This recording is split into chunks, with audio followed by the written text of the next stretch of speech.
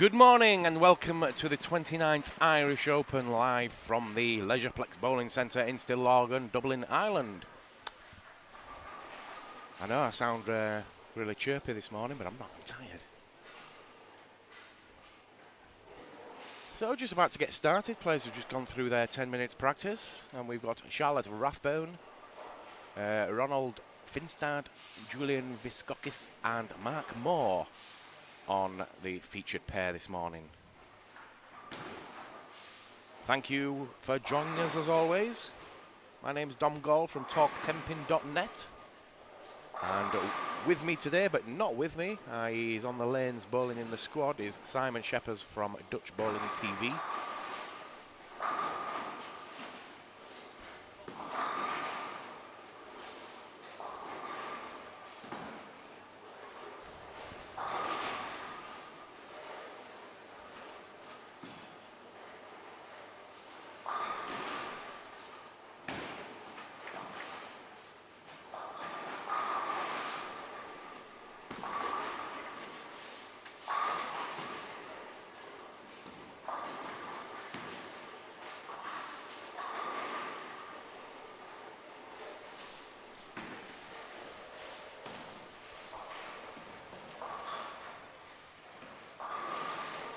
Just set up the live chat so I can see who's in and who's chatting.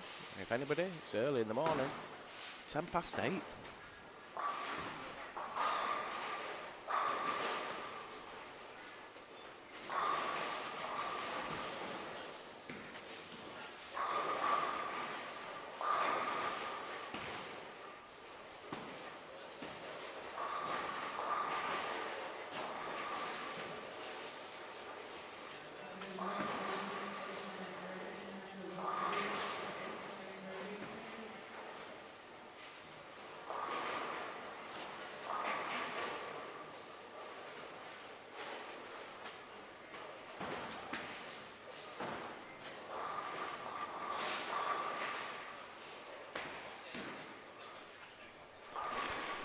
All right, we've got the chat up and running.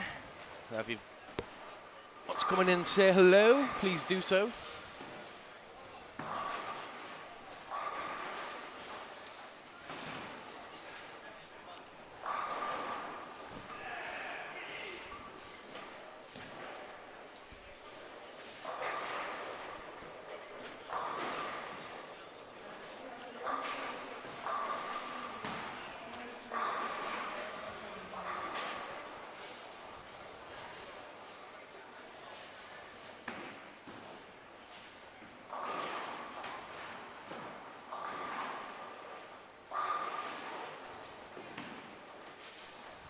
So a reminder then, the scores on the door so far.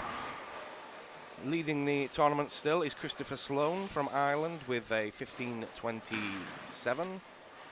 Thomas Kaishko from Finland in second with 15.22. And then we've got Petri Kituri in third with 14.60. Pertu Jusila Jusia in fourth place with 14.46, followed by Paul Moore.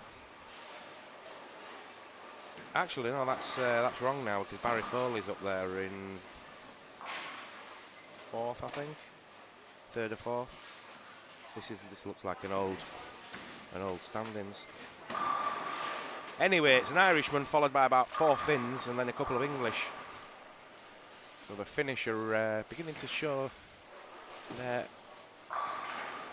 talent.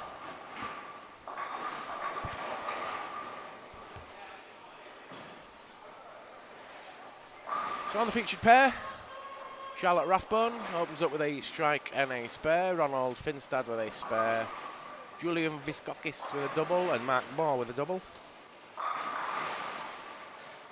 A different Mark Moore that used to do S Express, I think.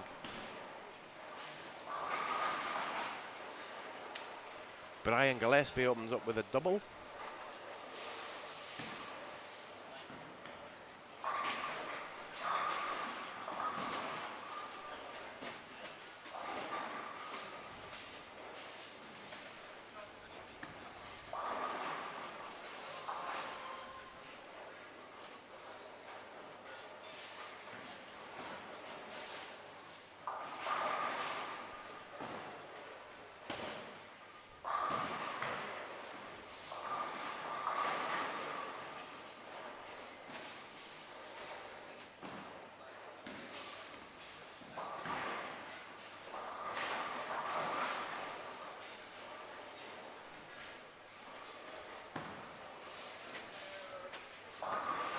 We've had a gobble, gobble, gobble from Selwyn Morgan already. First thing in the morning, he's opened up with front three as Selwyn.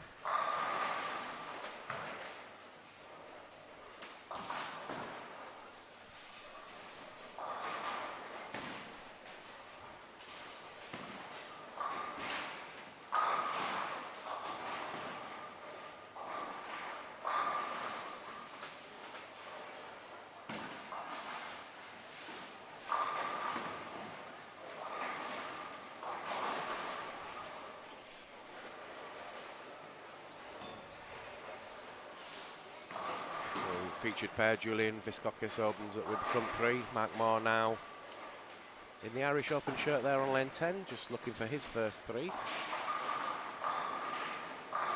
Yeah, taps it out nicely.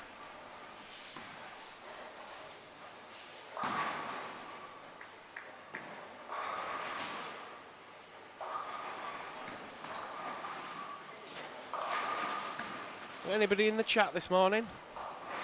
Come in, say hello, keep me awake. It's a late night last night, early morning. It's going to be the same again today.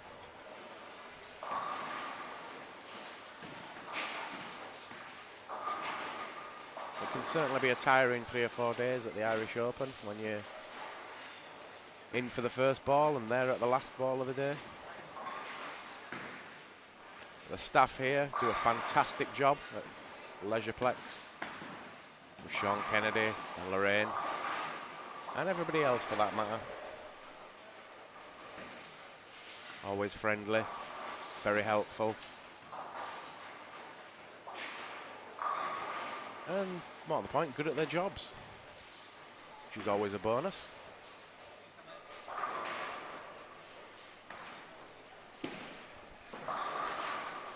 A featured pair. At least lane 10 going nuts this morning. 2 players on the front three. Nice to get a double 300. I'm not sure if it'll happen, but it would be good.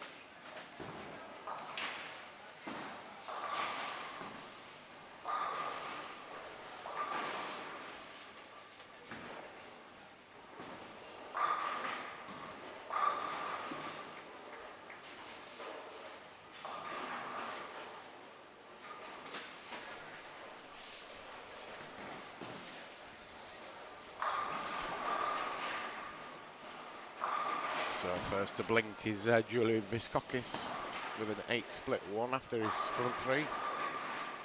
But Thomas Moore still on a 300. And still on one. Front 4.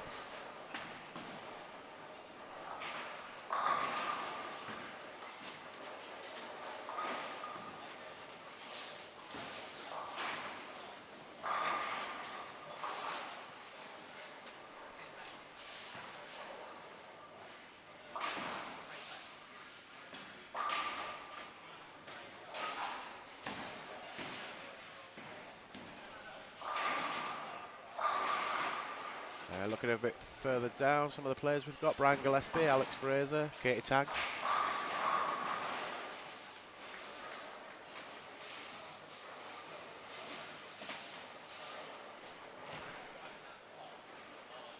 Gavin Fox, Dagis Normans.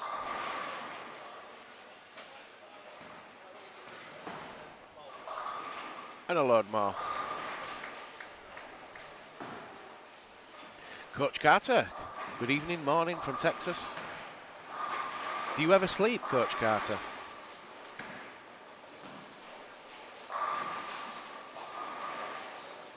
welcome back this morning.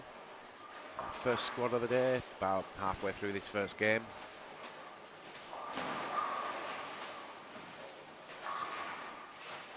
Everybody looks a little bit tired this morning. Well, they do through my eyes anyway, because I'm tired. I'll get a cup of tea soon and be back on it. Coach Carter asking if Selwyn's bowling in this block. He is actually. He's down on 5 and 6. And would you believe me if I told you he was on a 279 pace? Well, he was. Well, 278. Front 4, 8 spare, strike. But he's just had a 7 split 2, I think. 152 in the 6th.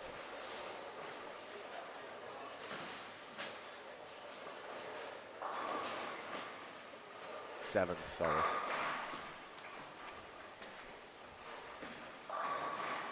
Coach Carter, I try to sleep on and off. I haven't been feeling well, so I've been sleeping weird times. A good cup of tea fixes everything. Yeah, I know what you mean when you lose your sleep pattern and it kind of goes all over the place. I'm generally a morning person. I go to bed at just after my little one goes to bed. She goes to bed about 8:30. I go to bed about 9, and then I'm up at 5:30 most mornings. Seize the day, so to speak. Although today, a bit tired. Mark Moore, front 5 on the featured pair there. 9 and 10.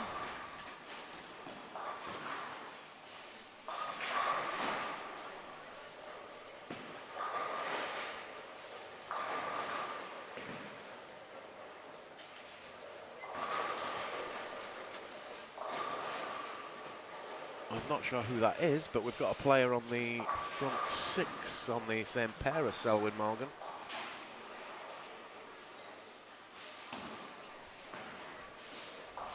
Yeah, Coach Carter going, yeah, I wouldn't believe you, but go Selwyn.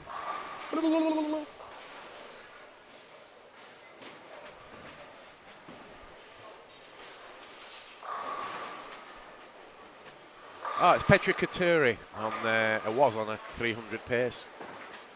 He's just left a single pin. Petri in the top 8 at the moment. Ron Hurt on the lanes again this morning.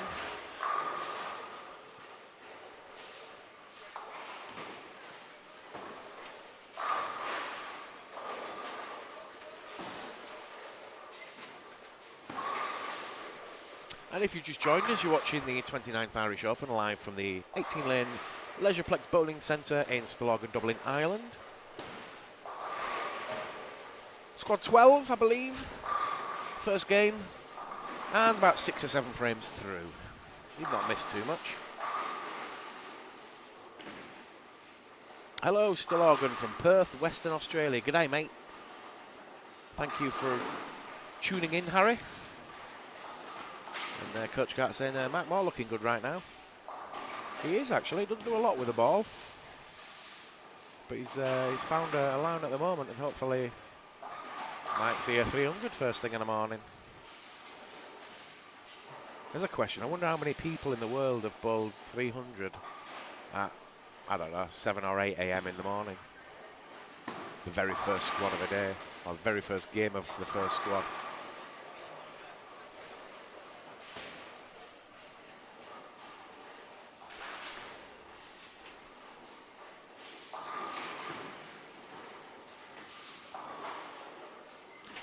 Coach Carter says, I do say if you bowl against or with somebody rolling well, it ups your game and makes your ball better as a whole.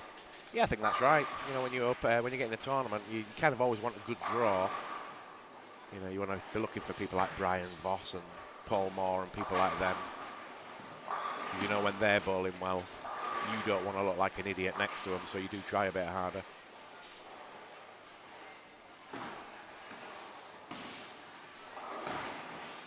Oh, it can go the other way. You can be really nervous. You get on the lane with Chris Barnes or Sean Rash or EJ Tackett or somebody like that. Belmo.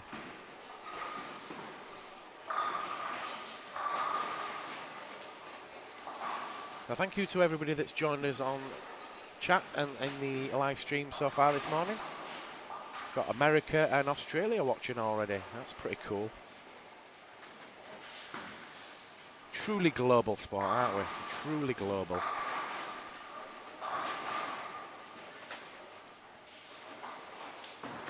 You'd have told me when I was a kid, one day you'll be talking to the world. I'd have gone, what?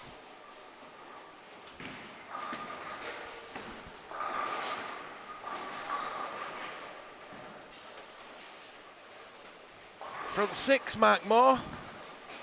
Just coming up on your lanes now. We'll get a front view of him, and then we'll get the back view.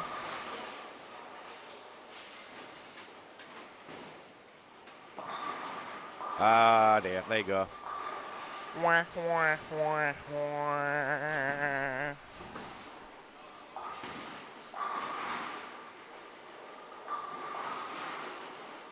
Coach Carter says they rolled against Richard Teese once in England over a 3-game set and beat him 2 of the 3 games and took over all. Yeah, we used to call that skinning people or scalping them. It's always nice to get a scalp of a top player under your belt.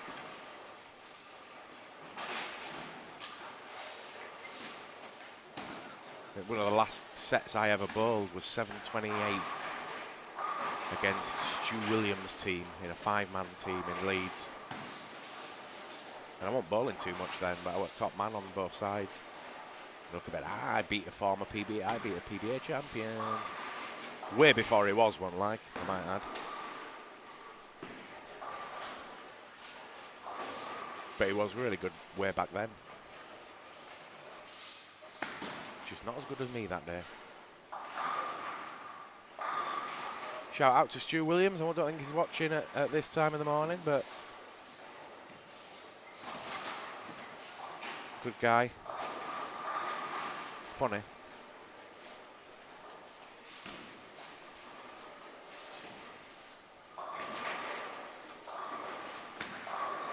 We're just coming up to the 8th and 9th frame in most of the lanes.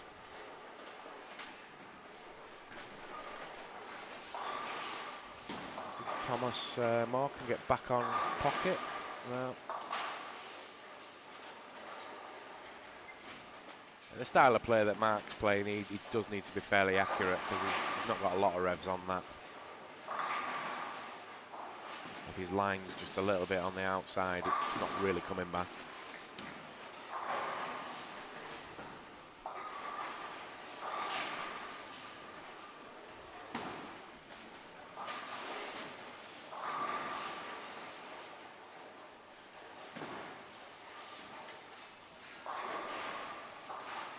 Don't be surprised this morning though if it's a quiet squad for commentary and guests and everything.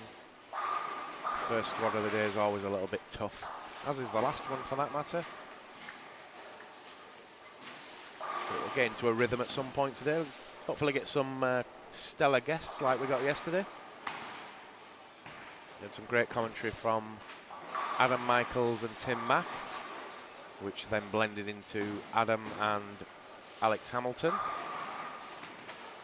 And then at the end, we went into Dom and Selwyn Morgan. Also, I had Barry Foley on chat over the last couple of days. And we'll get a few more yet. Coach Carter, yeah, I've been working with Wes Mallett lately now. I'm from Texas and he's been helping a lot. Just stuck on what ball I should get next. Phase 2, timeless or no rules pearl. You're not stuck, you'd have all 3, but you're just deciding which one.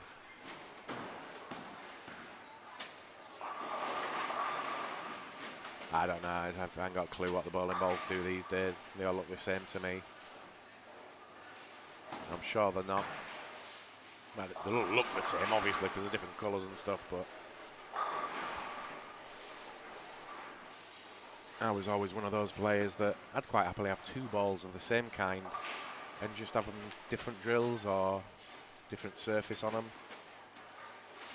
The last time I did bowl, I had an ultimate weapon. One was super dull and the other one was super shiny. And I kind of covered all bases with those. But then we're talking about late 90s.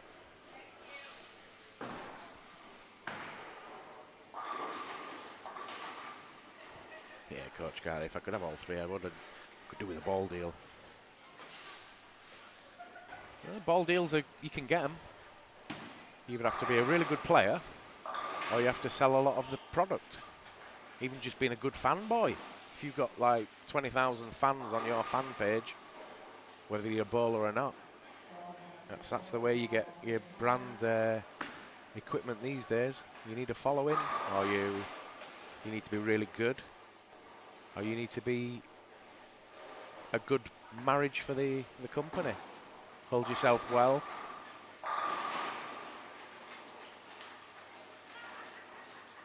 Or be controversial, maybe like the likes of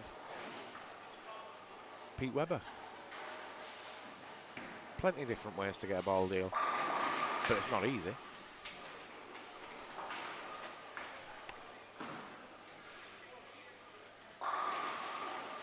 Yeah, I can imagine a ball deal there. Well, even just 6 balls a year, that makes a massive difference to anybody.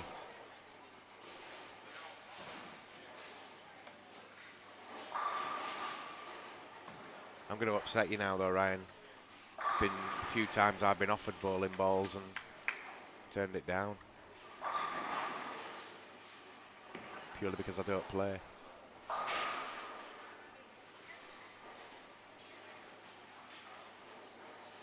In fact, the 3 that I've got at the moment I got from Bowling Vision in England. DV8 balls. Diva. What else did I get? Thug or something, I can't remember.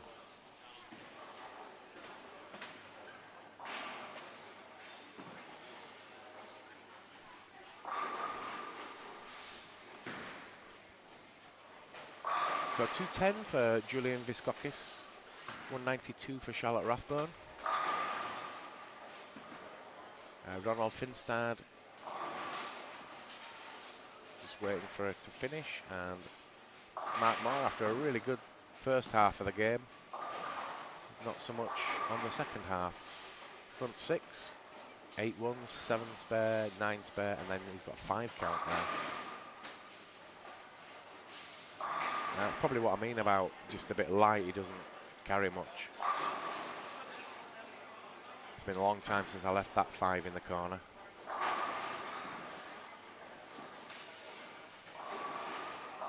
Yeah, covered it well.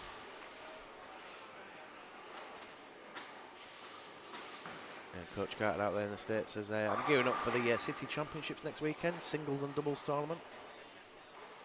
Good luck with that.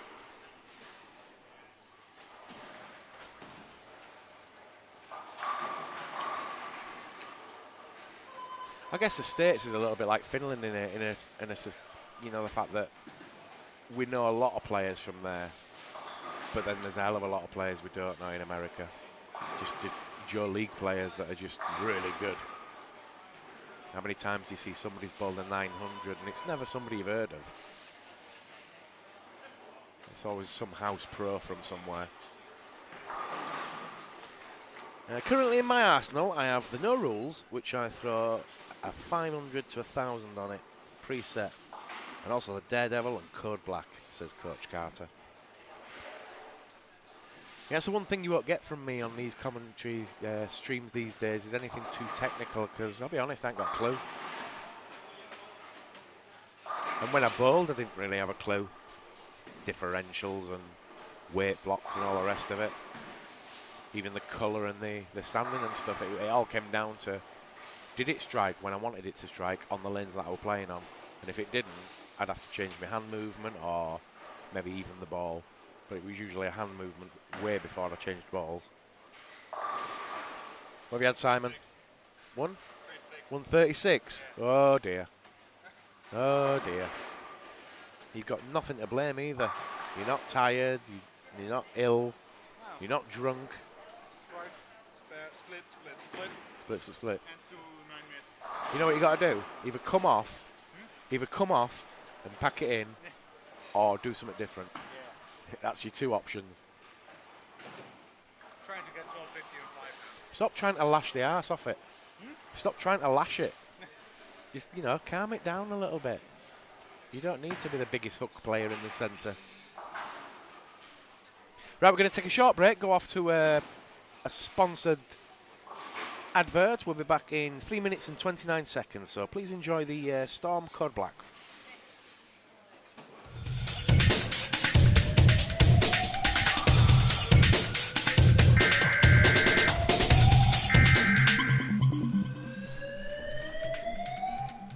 Hey Storm Nation, I'm Steve Klemkin, and we're here with Del Ballard, your Pro Tour manager, and we're excited to demonstrate the new Code Black for you today. Now, Del, you have a little bit of experience. I know you saw this ball go down the lanes in Japan, and also some of our international staff players, when they came over and bowled the World Series of Bowling, were using the Code Black. What have you been seeing out of the ball? Well, Steve, the very first thing I noticed out of it is how it just kept on coming.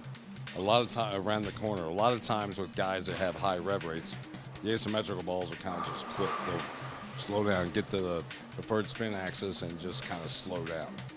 Code Black just kept coming, so you never lost that entry angle going into the pins. And that's for the high rev players, like you were saying, at the pro level, we definitely see that. Yes, and for the lower guys who threw the ball a little straighter, you know what, just barely cracked the shell a little bit, make it start a little sooner, and just kept on coming. It allowed them to play about 3 to 4 or 5 boards deeper than they normally would, and the ball would keep coming through the pins. A lot of hook on the back end. Let's go ahead and turn these lanes on. Let's throw some shots and show you what we're talking about.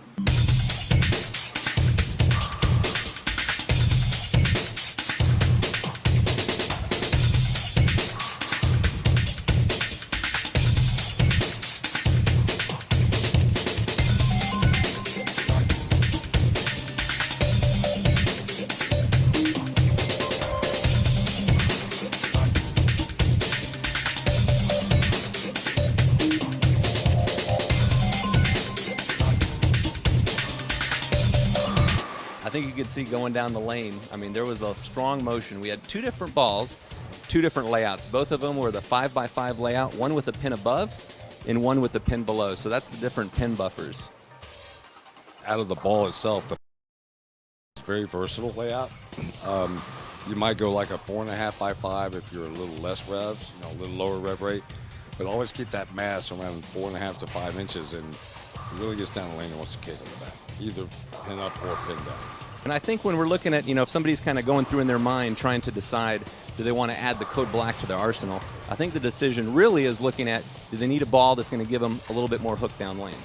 Yeah, a lot of times when you're dealing with solid covers or stronger asymmetrics and they get the mass a little closer to the axis, they have a problem with it quitting on the back. You can drill this ball up a little bit, just a little farther from the axis, and my God, this shit comes around the corner. And that's one of the things I know when you're out there on tour working with the best players in the world, when you're looking at some of these layouts and trying to find out, exactly what kind of a motion you're going to get, you're trying to control the break point, trying to control entry angle, trying to control motion down lane. And that layout can be key in terms of them getting the look that they need in order to strike as much as they want to, right? Yeah, exactly. Sometimes, a lot of times, too much back end's not good, but you can control it when it hooks and when it starts by using a little bit of surface. It'll definitely give you the motion. All right, Del. Well, hey, thanks a lot for being here.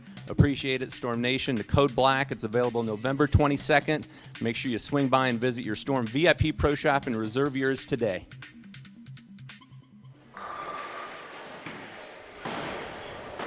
Welcome back to the 29th Irish Open.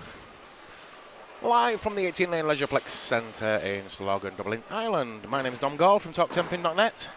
Hello. And joining me today is nobody. So far. My team stream partner, Simon, is on the lanes. Bowled a 136, did he say, first game? Thank you for trying.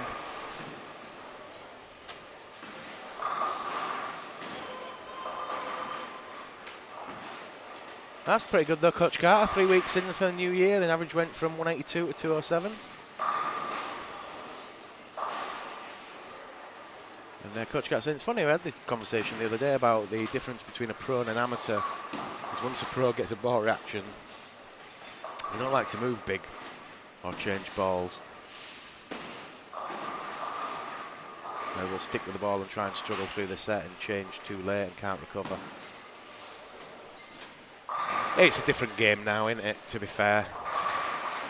I mean, the days of not really knowing your equipment are way over. If you want to be the best, you've got to know exactly what that ball's going to do for you before you even pick it up and throw it. And then you've got to work out that invisible pattern in front of you and navigate your way down it. Which brings us on to a question, which I'll probably run a little bit later actually, but we can run it now for the sake of it. If you were going to name a bowling ball, what would you call it?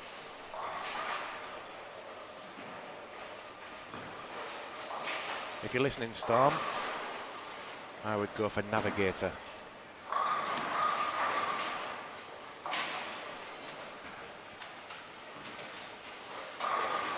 Or navigation, maybe call it.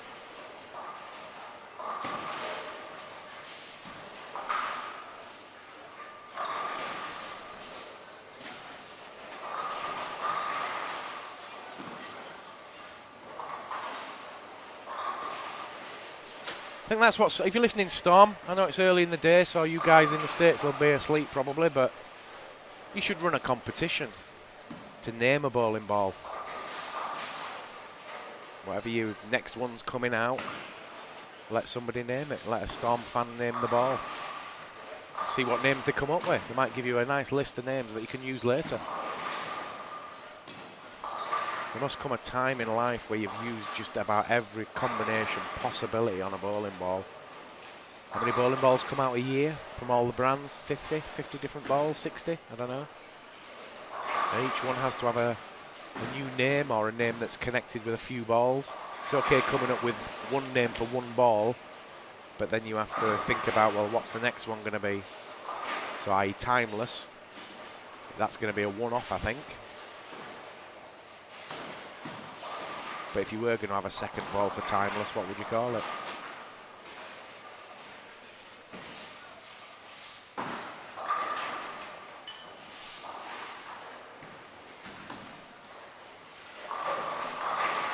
So featured pair now, Gudmundur Sigurðsson on front four, Vicky Gillespie from Scotland, Selwyn Morgan from England, and Petri Katuri from Finland.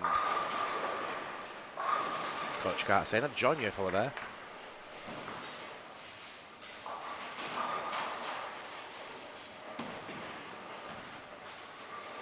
Well, we've got the 30th anniversary next year, so I think anybody that said they'd love to be there or wish I'd been there and stuff, you know, look into the possibility of coming to Ireland next year.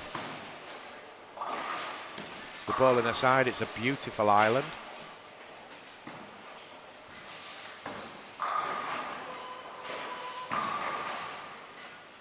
And there's a lot to be said for the Irish people, very friendly.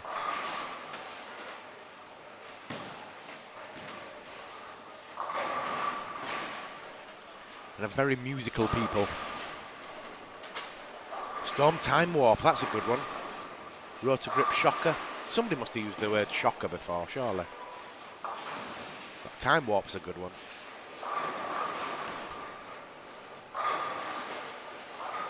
Yeah, because you could have time lapse, time warp, timeless, out of time, no time, time and time again. What about the Ebonite Moor, named after Paul Moore? They could have the Ebonite Even More, or Ebonite Even More Than That. Mudgy says, I call the Timeless a high road. Good morning, Mudgy. You've been snowball fight this morning. Built a snowman yet?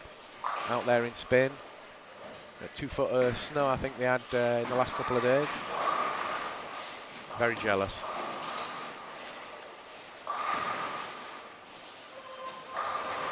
Gudmundur Sigurðsson has opened up with a front 5 in front of us. Deviate Hater. Yeah, there's a good one. Tell you what made me laugh, Mr. Carter. The juniors in the UK did a deal with DV8 to sponsor the juniors, which I thought were a bit weird because you can't really call kids deviants, can you? And then all the balls are called Thug and all the rest of it.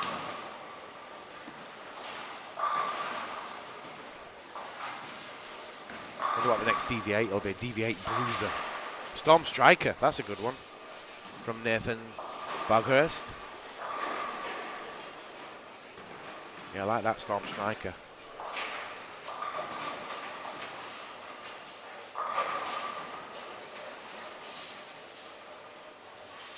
Yeah, there's been strike line and balls like that over the years, but there's not, the word strike's not been used a lot in bowling balls, has it?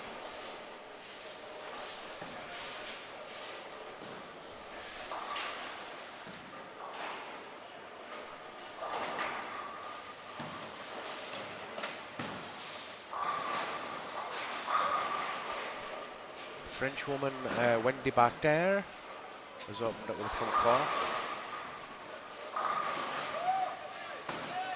French international Wendy. I believe she played the Cubic AMF Bowling Promotion Cup in France earlier on in the year. An interesting and weird little event, that one. I could never really get my head around the Bowling Promotion Cup. I was like, well, how can it be promotion when it's not really the best players or anything? But then you realise that the actual promotion is you've got a chance to promote yourself on TV. So all these bowlers that, oh, I'd love to be on TV. Just get in touch with Bruno Bidoni from the Bowling Promotion Cup and try and get on that show, because you can. And stuff on Eurosport and YouTube and be part of it.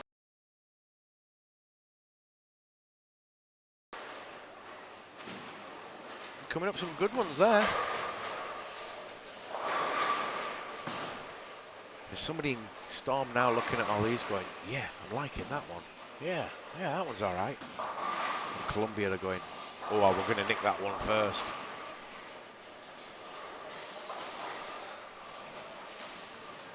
Gudmundur Sigurdsson on the front six now, and he's just going to set off now with his big beard. He looks like something from a fairground in, the strongman. Big bushy beard. Beards are coming back, aren't they, this year, in the last couple of years. I don't think I could get one that big, it'd be a bit itchy.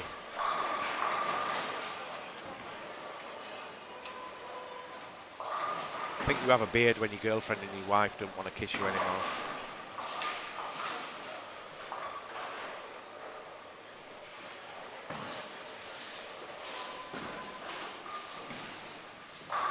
Turkey gobble then from Selwyn.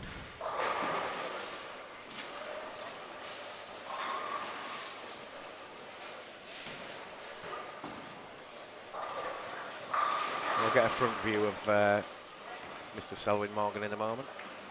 Nice looking shirt he's got on today, Storm.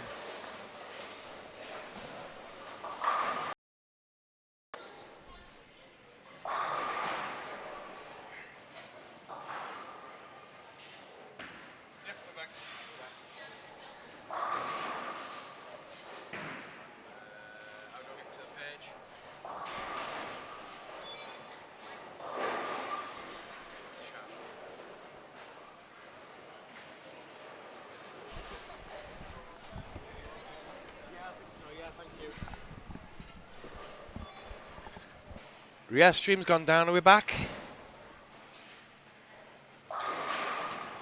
Sorry about that, folks. But yeah, we're actually going to go straight to a quick interview now, because we're waiting on the featured pair to come back in. So we'll run an advert. Not an advert. We did with Barry Brown yesterday. So enjoy. Right, so we're with Barry in the pro shop. How's business at the moment, Barry? It's been pretty brisk, thank God. Good Yeah. to see all the international bowlers in, buying some stuff in the Bowlers Pro Shop here. You've got a lot of stock. Yeah, good value as well. That includes the drilling there, the prices. So obviously the Scandinavians are quite happy about that, you know. Are they cheaper than what they're paying? Yeah, yeah, usually. cheaper, yeah. When I look at that price, and I think that's quite expensive, Yeah, but yeah. the bowling balls are That's expensive. in euros, remember? You're in Yeah. GP. Yeah, true, but I mean, yeah, they're about 190 for us, so it's right price, but it's when you see it bigger, you think, ooh, you know, that's more. But yeah, obviously with Storm on board as sponsor, we've got the equipment in and plenty of it, you know. So. Which is your best-selling ball? At the moment is the Cold Black, in Storm Bro, very strong, very. Have you any timeless in yet? Not just yet, no, wait. Are they on the way? So the next a couple of weeks, I think. Yeah. I didn't check with Tech now because obviously didn't have any last week when we were up. I think it's a February release, is it? February, something like that, yeah. What's been the best seller you've ever had? The best seller. That's a very good one. Probably be definitely a Storm. I'm just trying to think what was really good. Virtual Gravity, Domination. Yeah, Prodigy was one of the Prodigy. good ones, and of course the High Road Original. Yeah. Which is still very sought after. Yeah. A lot of people still looking for them. Dominic. Yeah, so how many balls have you drilled this week already? It's been pretty good, a bit of everything. Probably done 10 or 12 anyway since yesterday, so Yeah. it's been pretty good. Plastics all the way up to the Cold Black there, and a fight for one of the Finland guys there, so hopefully now he'll go and have 300 and a free ball then off top. How many times do you open a week? Open 3 times a week. We open Monday Good League here on Monday evening from 6:30 to 10:30, and Wednesday Neuro Good League at trios, and Saturday we're here with the juniors. All day is pretty busy, and then once a month I run an event called the Rocks. Oh yeah. One of the sponsors on the boards there, and that's once a month singles. Scratch handicap, we get about 40 bowlers a month for that. So we get a lot of the country bowlers, which is really good because they come in, they buy some stuff. Yeah. You can meet up with them and go through some stuff. Yeah. Oh, excellent. So of course we have Dave English in here, who's national team coach. He works in here with me. Right. We do a lot of coaching from that end, just going forward is really good. So we can do up arsenals for people and stuff like that. So. How's the future generation of Irish bowlers? Are you getting many juniors coming through now? Yeah, it's been pretty drastically gone down in numbers now. I mean, I'm here 20 years. 90 I started drilling, 94 I started working in the pro shop for myself, and the huge numbers have really come down, like, you know, I mean, you come here in the club and there might be 15 kids here. There used to be 24 lanes or 4 in a lane, like, yeah. You know, pretty bad, but it's all the way through, all the way from youth up to adults, you know.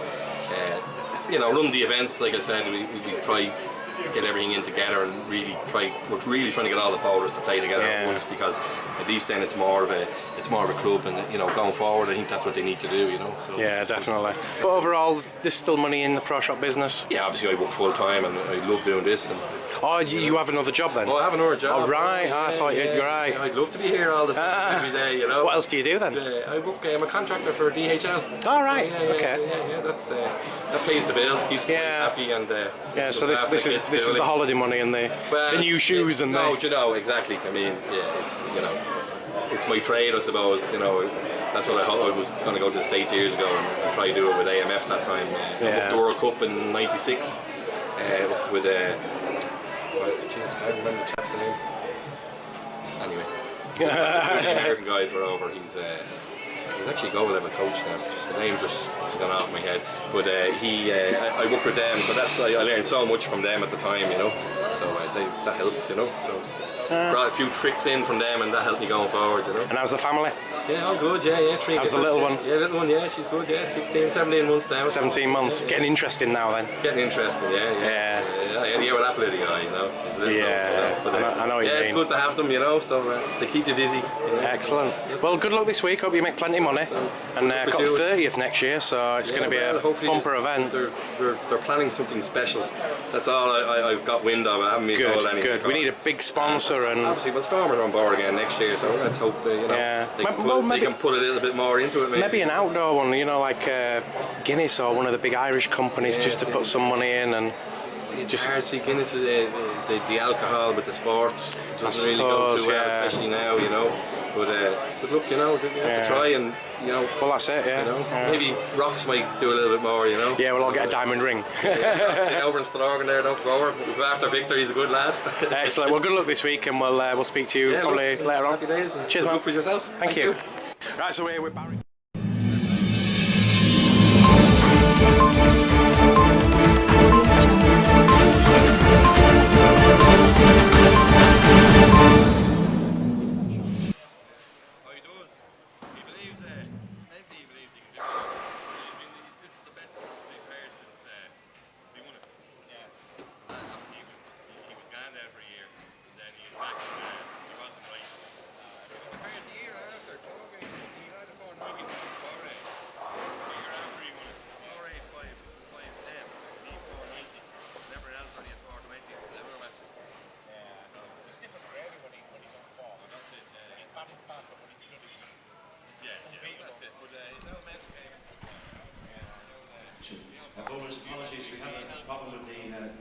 downloading the names for the next game, so we're just rebooting the system. Well, had some problems with the scoring. They're just going to do a reboot, I believe. So we're back again. And Selwyn had a 200 in that second game, 219 first game. So he's going strong at the moment. Sorry about the stream dropping off.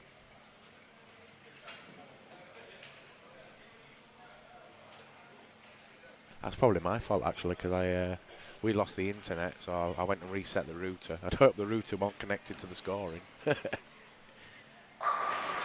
But while we've got another short break, then we'll just go off to we'll go see Timeless now. We'll be back in 2 minutes and 33 seconds, and hopefully we'll be back up and running with the bowling.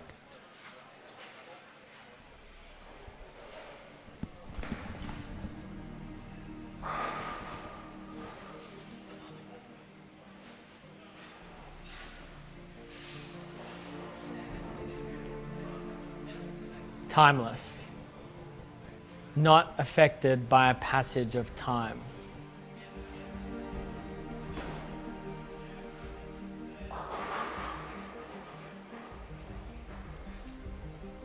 The first thing you're going to notice when you hold Timeless is this is a statement piece.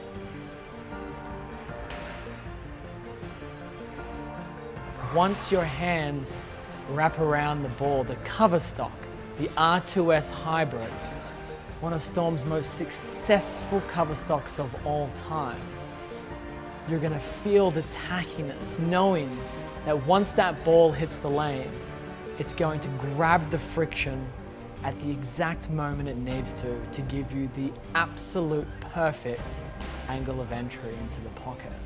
The pins have no chance. And that performance is going to be seen time and time again every single time you throw this ball.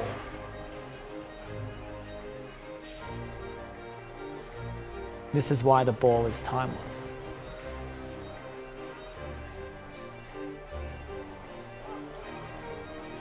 Storm created a new line called the Signature Series to fit Timeless in. No longer are we governed by RGs and differentials. Now we're governed by movement of the ball. The technology in Timeless is unprecedented, it's unique, it's innovative, it's industry leading. You're going to see the most powerful symmetrical weight blocks mixed with our most successful cover stock in history, all wrapped into one bowling ball.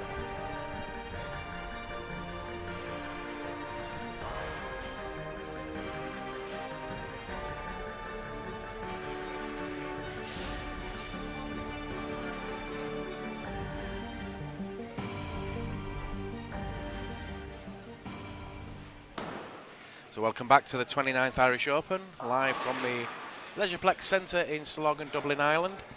Just got a delay now. They've had to reboot the scoring system. And it's if we're going to get any delays, it's usually on a Saturday. I think we were due to finish at about like 12:30 tonight. So it's going to be 1:30 probably. I think it's the same last year. We're back at 2 o'clock before we got away, and then we were in again at 8 o'clock in the morning. Perky 300, really enjoying the cast. Great job, Dom. Tell Barry Brown that Fred West from Kerry says hi. Fred West.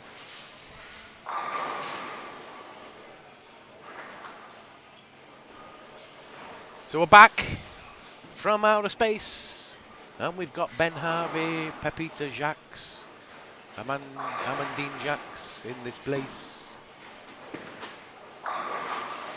And James Claxton on the featured pair. So Amandine Jacques, Pepita Jacques, Ben Harvey and James Claxton on our featured pair now.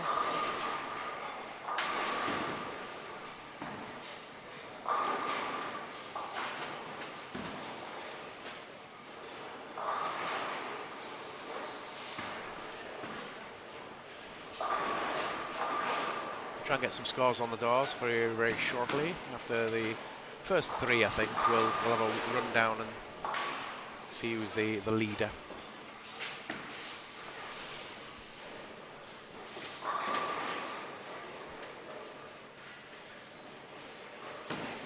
Coach Carter said. I didn't catch what Selwyn did out there. What did he shoot? He shot 219 on that second game. 200 and 219 so far, so he's 20 over, just about.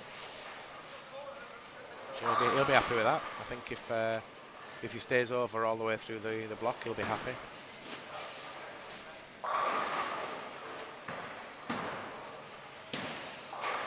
She's left a single pin in a spare. Tell Ben Harvey Ryan Carter said hello. I will do. Get a front look at Ben now.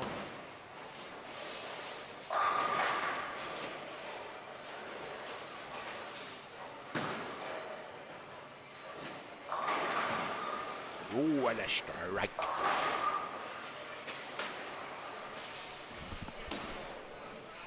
Ben, Ryan Carter says hello. Ryan Carter.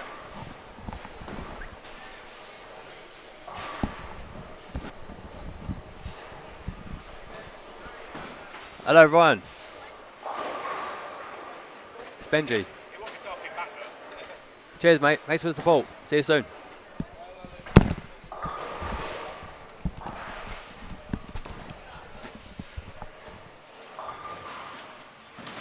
There you go. Who says we don't give you what you need? Bit of interaction.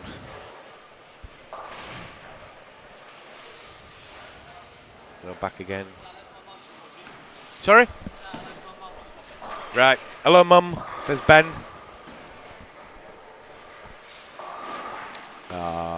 Don't matter how old they get, they always love the mummy, don't they? They always say hi. You don't hear anybody saying hi, Dad. It's always hi, Mum.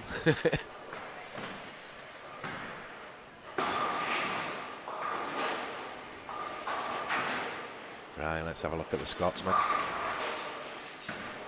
James Claxton. Come on, wee man.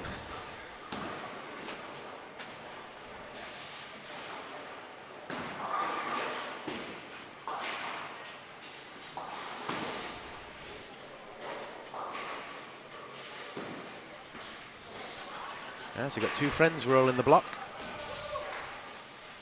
Ben started off well with a double. Pepita with a double. Amandine with a spare strike. And Claxton with a strike spare.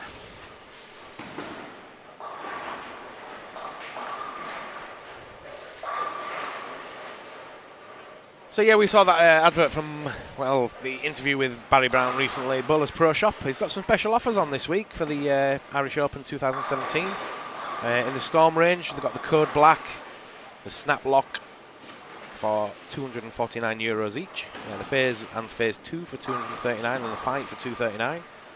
The Skyrocket and Rocket for $199, and Joyride for €159.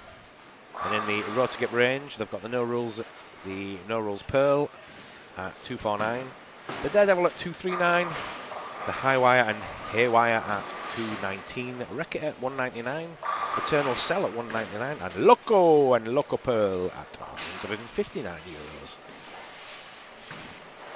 Is that a good price? I don't know. Bowling balls are expensive these days. Can't remember what I paid for the last bowling ball I had. I've kind of always bought them through distributors, really, and cut out the middleman.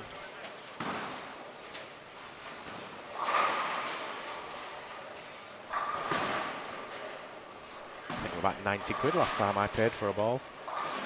And the last three I've had been free. Woohoo! Oh, go on, Selwyn. Struck again for a double. He's going all right at the minute. So up with a spare and a double. 20 over after his first two. And he's just... Somebody got a turkey.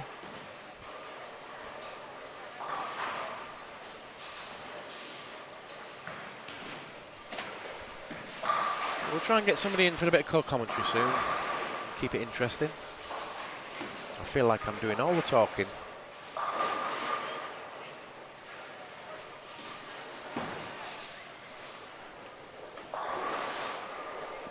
All right.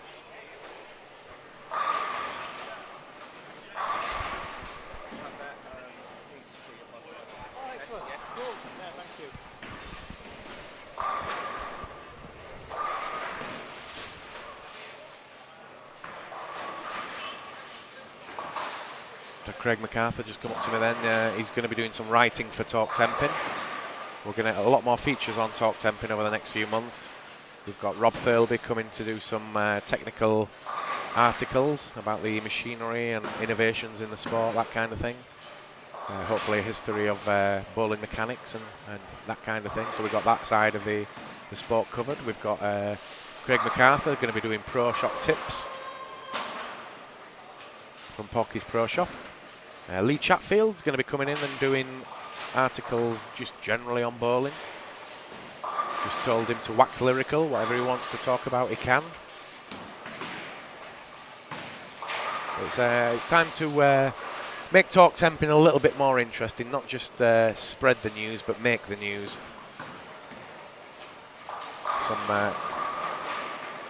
As Netflix will tell you, stop showing everybody else's stuff and start making original content.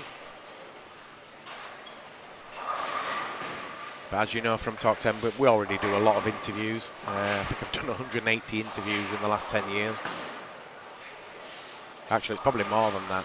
That's just the text ones. We've kind of interviewed anybody that's anybody, but then again, there's still a lot of players we haven't interviewed.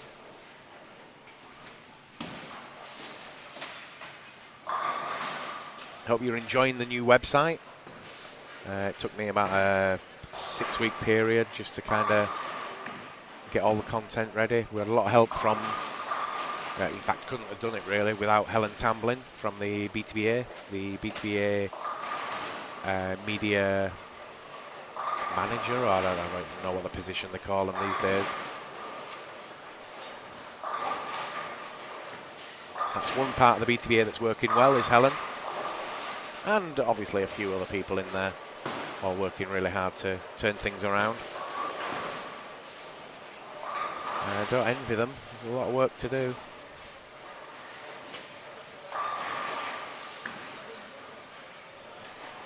We won't get too controversial on national associations and stuff, but I'm going to say this much. I think it's time for a new name for the BTBA.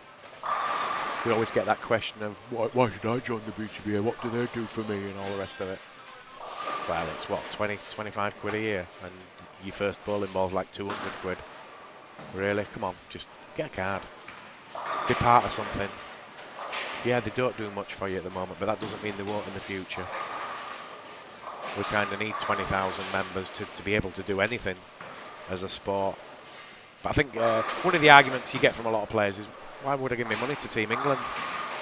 Just so they can go off on a jolly and get free bowling. Which is a good point. Any money made by the association needs to go into grassroots before it goes into international play. If you're going to grow the sport in any particular country. That's just my 2 cents on the matter. But I do think it's time for a new name for the BTBA. And my vision for it, I don't know if I'm right or wrong, but I think the BTBA should go upstairs, so to speak, and there should be an umbrella federation association above the STBA, the TWBA, the Welsh, the Irish, and a new English Tempin Bowling Association formed. And then you have all the home nations under a British association that deals with mainly just the international side. I would say that the BTBA name in Britain is probably mud. It's like Ratner's. But then you've got 50 years of respect from the rest of the world for the BTBA name, so you can't get rid of it. But at the same time, you've kind of got to do something. What do you all think? Would you change the BTBA name? Would you make it an English federation? And would you have them, the BTBA, overseeing everything? Not running the day-to-day of any particular association, but dealing with the international side. So back to the action. Ben Harvey, double, 7 spare, 9 spare, 6 spare. Amandine Jacques, the French international, on a spare and 4 in a row. Pepita Jacques, I presume, is a relation of some kind. Mummy, by the looks of it. What a cool name, Pepita. She's on 69 in the third with a strike and a possible spare working. James Claxton on a Dutch 2, well, no, not a Dutch 200 now. Strike 9 spare, strike 9 spare 8. 6-2, sorry. You've all gone a little bit quiet on the chat. We're still streaming live, aren't we? Kind of get worried when I don't see anybody talking.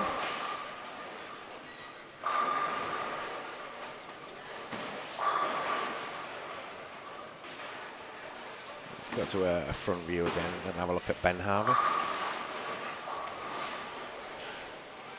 Thanks for all the nice comments we've been getting this week so far about the stream and the improvements on it. We do try hard to kind of come up with different things and innovations, and we're doing it on the cheap. You know, we haven't got the same sort of money as the USB-C or anybody else.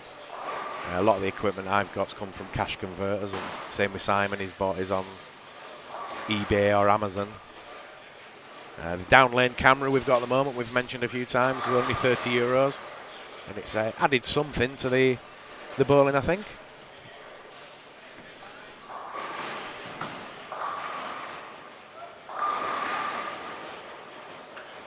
Ideally, we could have done with sending it down the lane another couple of foot so we can get a wider shot there. But unfortunately, we haven't got another extension. We've run out of extensions at the moment. We are still live though, aren't we? Come on, somebody say hello on the chat and say, Dom, we're still live. It's all gone quiet, said Custard. Too quiet, said Rhubarb.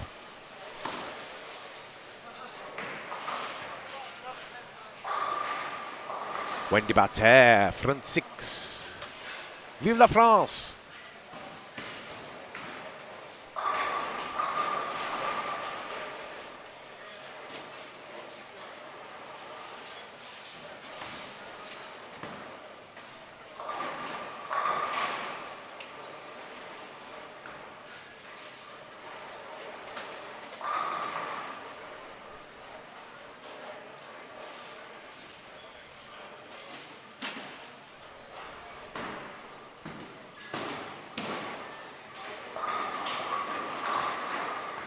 Oh, we are still on. Any sign of Simon Brown, the lefty from Colchester? Does he play anymore?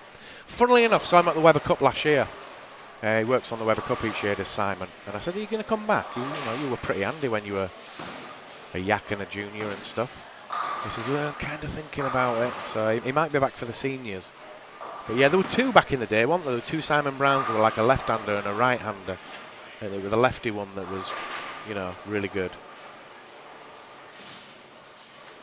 Oh, Coach got away. We're still live, but I'm just about to pass out. Yeah, get some sleep, man. Come back a little bit later and enjoy the show later. Oh, thank you. And I said Amandine Jacques went the front six, didn't I? But she hasn't. I'm getting them mixed up now.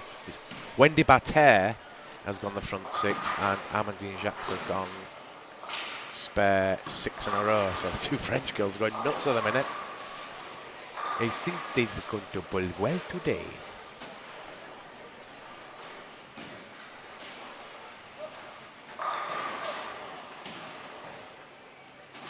Yeah, got to keep the eye on the French girls, because I've noticed over the last few years there's those two, and there's Sarah E.S., is it? I can't remember her real name. I've only ever seen it as Sarah E.S. But yeah, quite a few French girls coming through at the moment.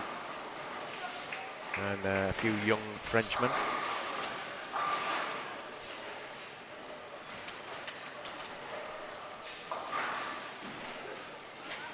So into about frame 8 now of game 3 on your featured pair, Ben Harvey, Pepita Jacques, Amandine Jacques and James Claxton. And Amandine is by far the best player on the pairs at the moment on a 290 pace.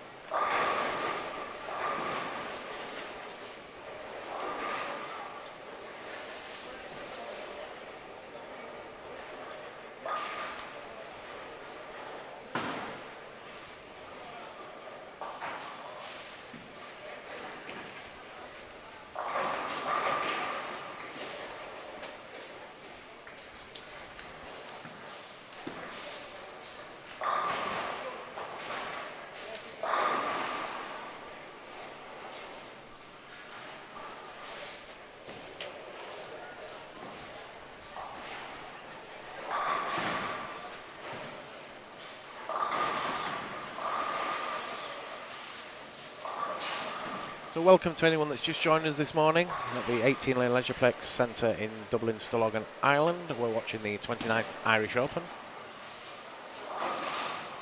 And it's a good tournament so far. It's going to be very competitive all the way through. We've got a winner, we just don't know who it is yet. I'm still sticking with the Sloane Ranger. But he's going to have a tough time of it because he's got Paul Moore in that field still, and he's got quite a few Finns making a good move.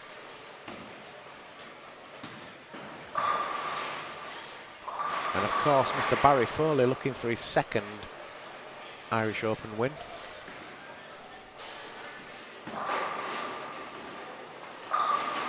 Paul Edzer, the days of being in the bowl at pre-A at 8 AM with a hangover. I don't know how we did it as Yaks, Paul. I know, I would half cut at every tournament we ever played. Literally got 4 hours sleep and then bowled like a demon the next day. The counties in, not the counties, the counties in Liverpool were always a highlight at the Adelphi.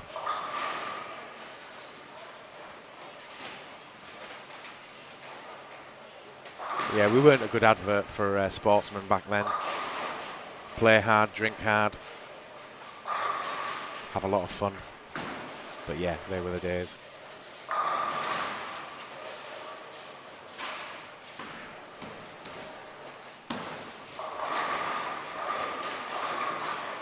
And I think it's fair to say as well, Paul, we were the last generation of really good Yaks. I know it kept going for a few years afterwards, but I don't think it was the same. It didn't look the same. We had a core of a lot of players when we all came through. And you can see it in some of the players that have gone on to still be involved in the sport. 2 of the Yaks run the websites, Basher Bonfield and myself.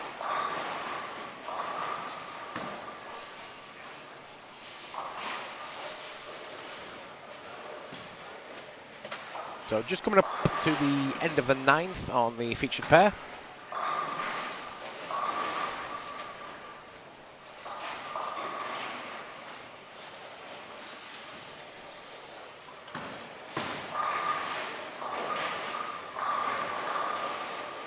Dutch Bowling TV, Simon Shepherd's still struggling.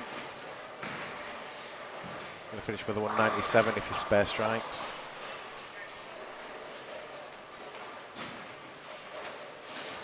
Probably putting himself under a little bit of pressure. Needs to just relax.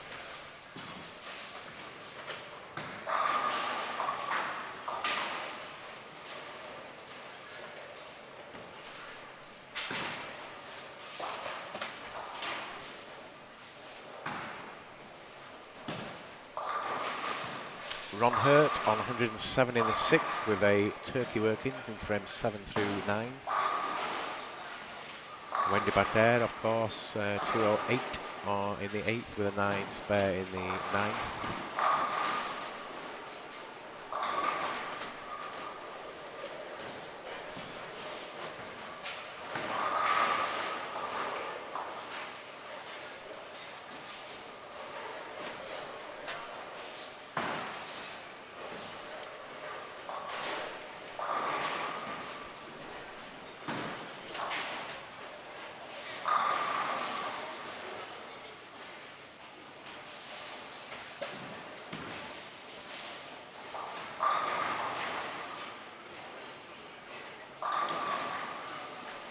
So what, we've got 2 more squads after this, and then the Desperado, and then we're into final step 1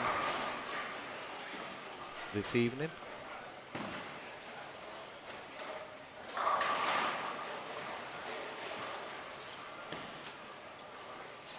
Don't know about you guys, but I find qualifying a little bit boring.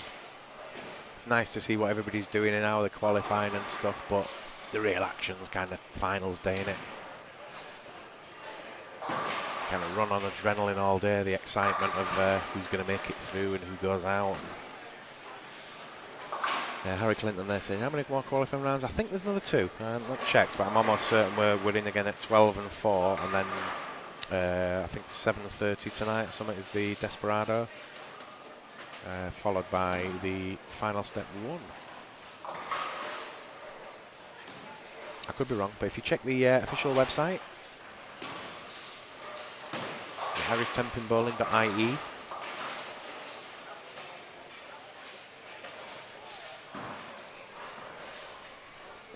Amandine finishes with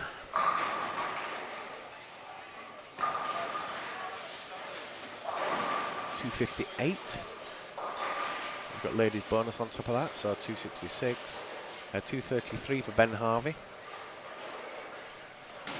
Ron Hurt finishes with a 205. It looked like he was getting more on that one.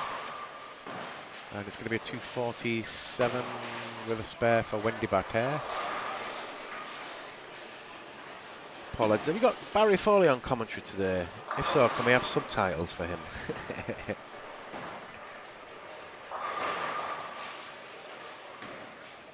I'm sure we'll be seeing Barry at some point.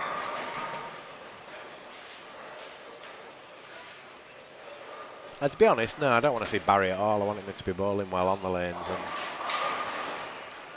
I think we'd like to see an All-Irish final, to be fair. What a final that would be, Barry against Sloane Ranger.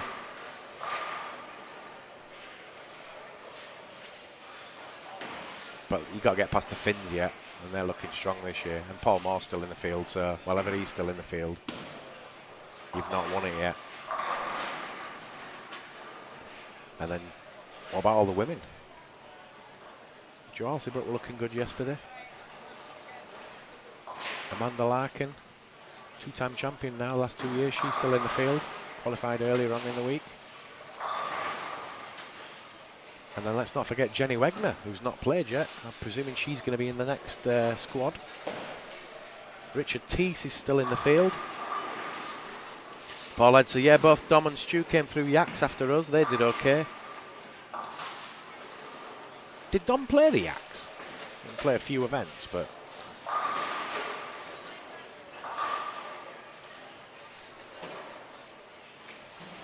Yeah, but you got to say, Paul, Dom and Stu owe it all to us, don't they? If we hadn't have had a strong Yak division, they wouldn't have had something to come into. So right, we're at the end of the game. We're going to go off to a commercial break. A word from our sponsors, and we'll be back in 3 minutes. Don't go away.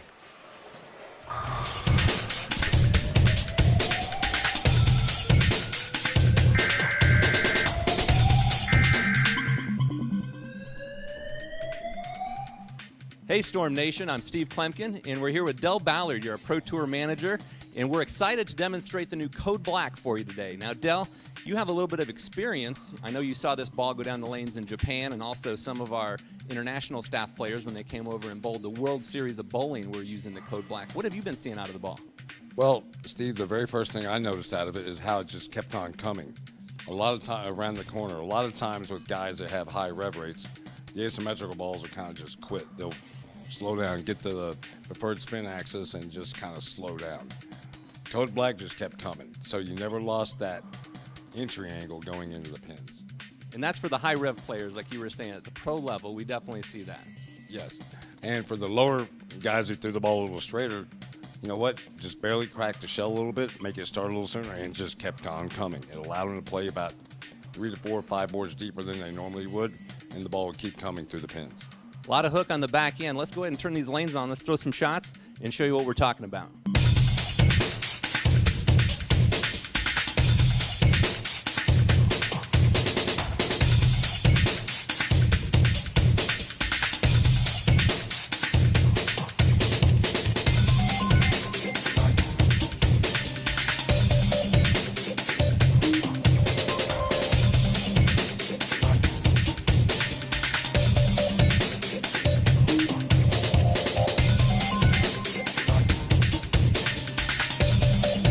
I think you could see going down the lane, I mean, there was a strong motion. We had 2 different balls, 2 different layouts. Both of them were the 5x5 layout, one with a pin above and one with the pin below. So that's the different pin buffers.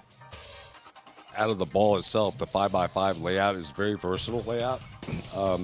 You might go like a 4.5 by 5 if you're a little less revs, a little lower rev rate. But always keep that mass around 4.5 to 5 inches, and it really gets down the lane and wants to kick on the back, either pin up or pin down. And I think when we're looking at, if somebody's kind of going through in their mind trying to decide, do they want to add the code black to their arsenal, I think the decision really is looking at, do they need a ball that's going to give them a little bit more hook down lane? Yeah, a lot of times when you're dealing with solid covers or stronger asymmetrics and they get the mass a little closer to the axis, they have a problem with it quitting on the back. You can drill this ball up a little bit, just a little farther from the axis, and my God, this shit comes around the corner. And that's one of the things I know when you're out there on tour working with the best players in the world. When you're looking at some of these layouts and trying to find out, exactly what kind of a motion you're going to get, you're trying to control the break point, trying to control entry angle, trying to control motion down lane. And that layout can be key in terms of them getting the look that they need in order to strike as much as they want to, right? Yeah, exactly. Sometimes, a lot of times, too much back end's not good. But if you can control it when it hooks and when it starts by using a little bit of surface, it'll definitely give you the motion. All right, Dell. Well, hey, thanks a lot for being here. Appreciate it, Storm Nation. The Code Black, it's available November 22nd. Make sure you swing by and visit your Storm VIP Pro Shop and reserve yours today.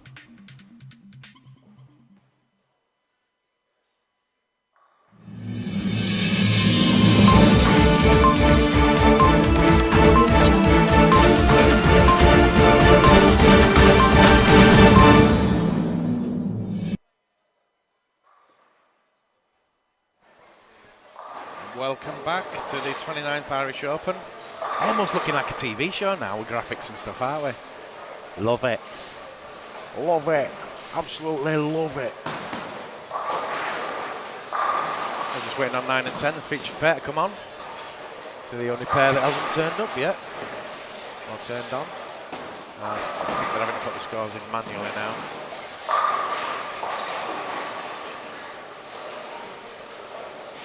So if you're watching Leisureplex Bosses, we need a new scoring system, please. I'll do a little bit of work myself and see if I can find you a deal. But I think it's about the only thing that's lacking in this centre. It's got everything you need except a new scoring system. It's about ready for that.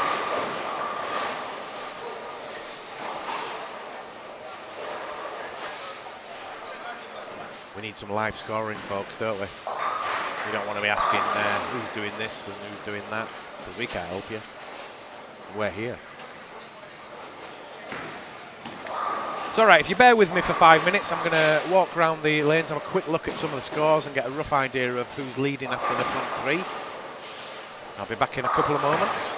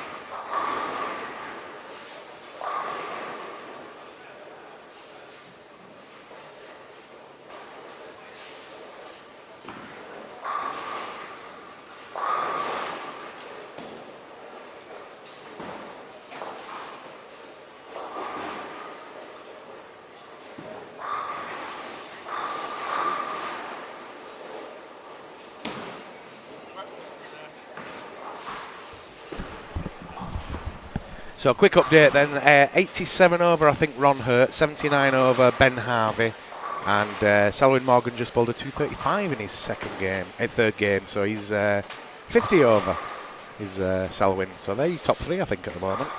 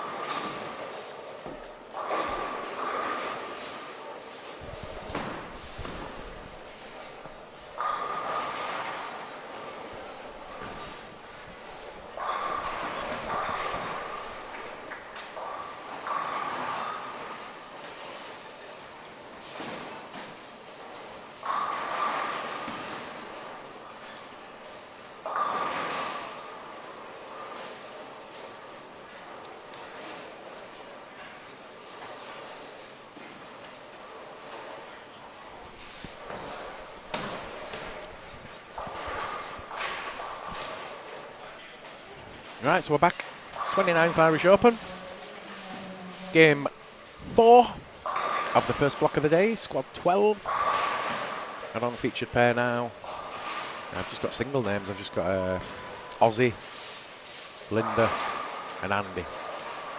Andy Gillespie is the only one I know, actually. Ozzy Noreg. And I'm not sure what Linda's second name is.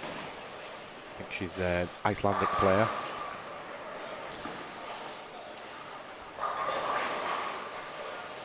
Apologies for the silence there, we're just having a bacon sandwich.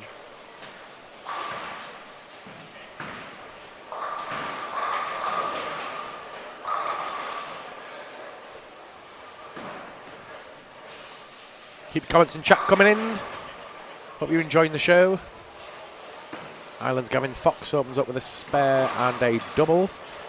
Down on 7 and 8. If you just missed what I said there 5 minutes ago, 89 over I think Ron Hurt is after the first 3. 79 over from Ben Harvey, and Selwyn Morgan's about 55 over.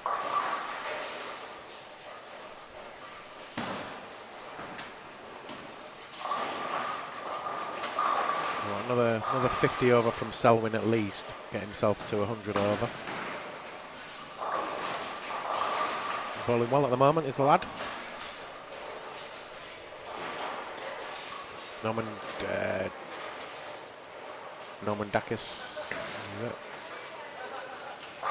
spare turkey.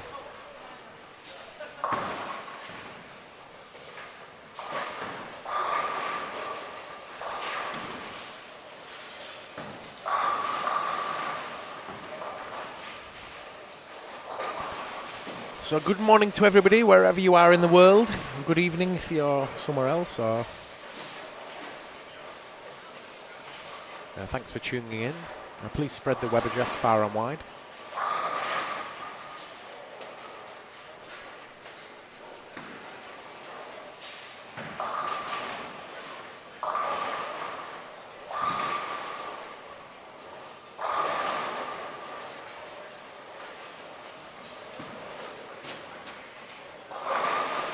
Ooh, nice strike there from Mr. Gillespie.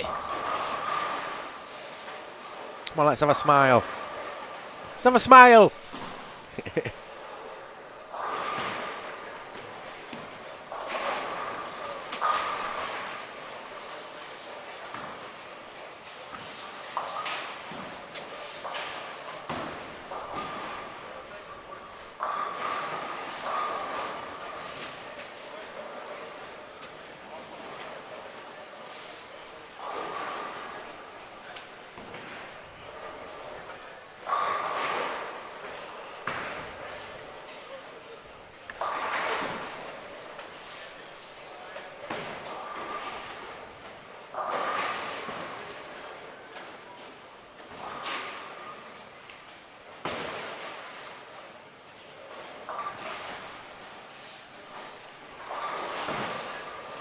So going up to the 8th frame, game 4 on the featured pair.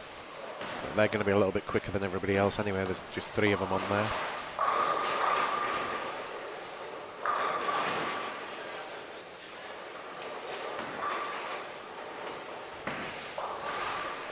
We've got somebody on a 280 pace, I think, down there. Brian Gillespie.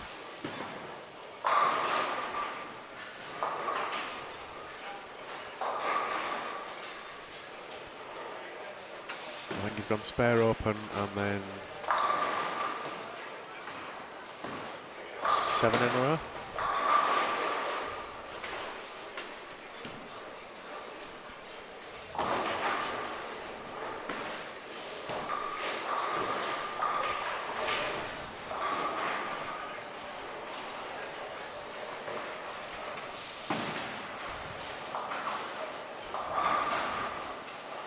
And the 3 leading players all seem to be down the bottom end of the house at the moment, so I can't quite see what they're doing.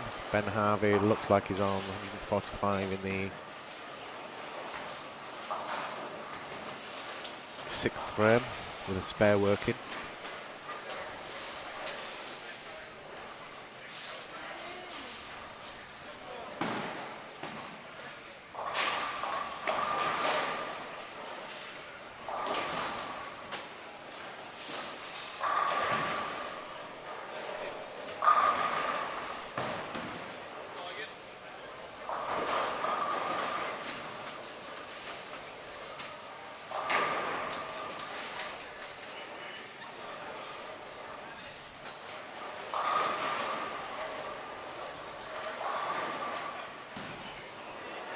Vince Yamashita doing okay. Double 9-miss first pair turkey.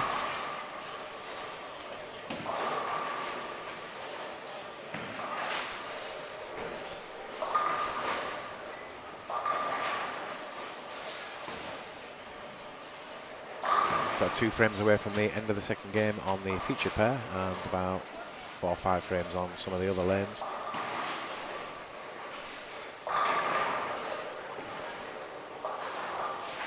Gillespie adds another one in the 10 for 8 in a row.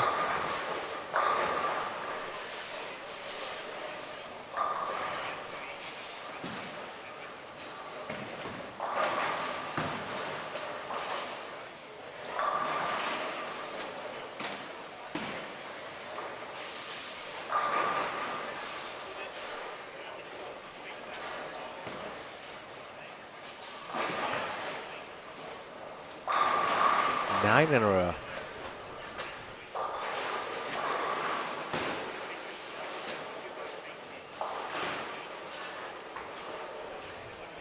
So Brian Gillespie doing well.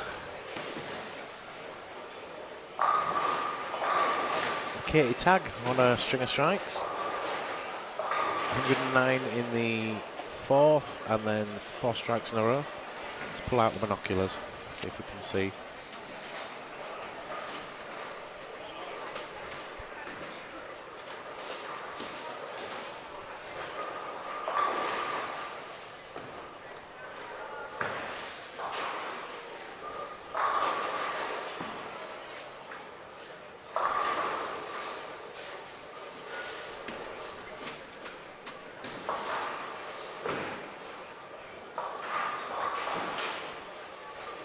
At 254 for Brian Gillespie.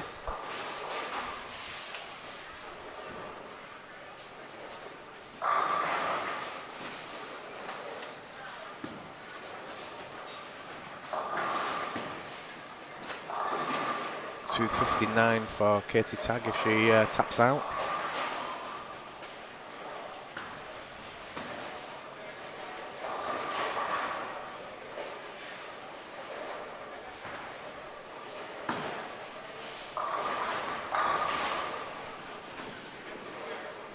Y'all gone quiet on the chat? Where are you? You having breakfast? Watching kids TV? What?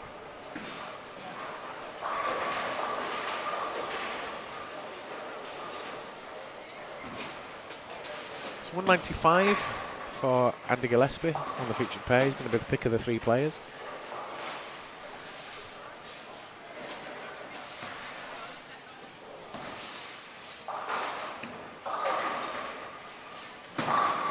Looks like we're probably going to have to spin the camera around a little bit to another pair just to keep the action going, because we're more or less done on the featured pair here now.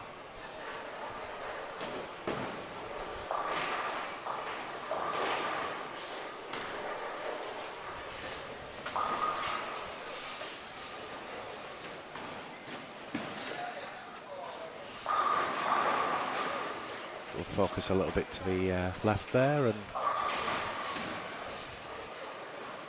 Gavin Fox on that pair.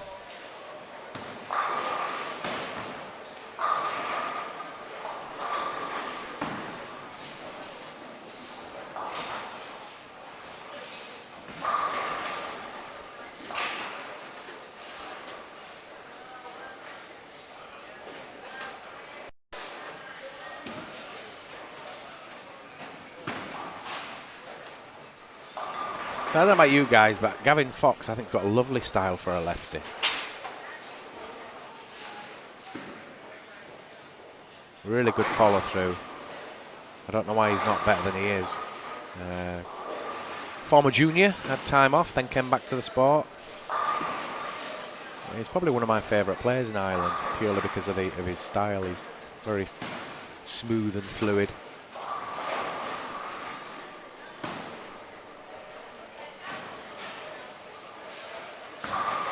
Not doing too well though, by the looks of it. 119 in the 7th, with a strike in the 8th.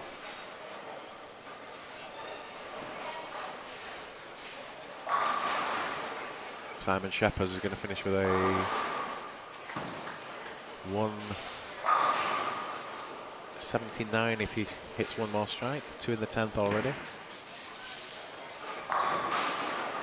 Not having a good time of it is my streaming partner. He's going to be like a big bear with a sore head when he gets back. He's probably going to want to play another squad now.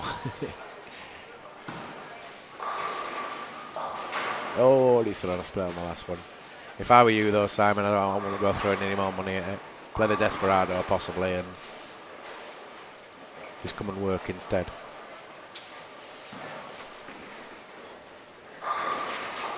Paul Ed says Gavin likes to start the tournament with a double ditch.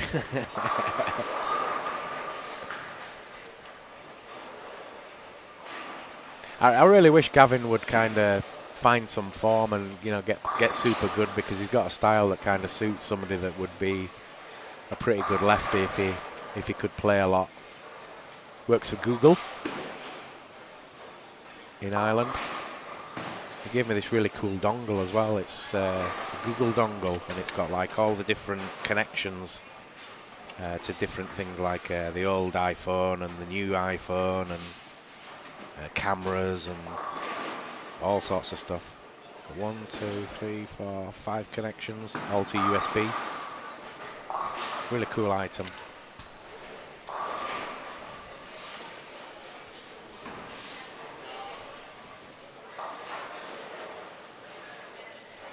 Gavin Foxy reminds me of that guy on TV from Cold Feet, whatever he's called.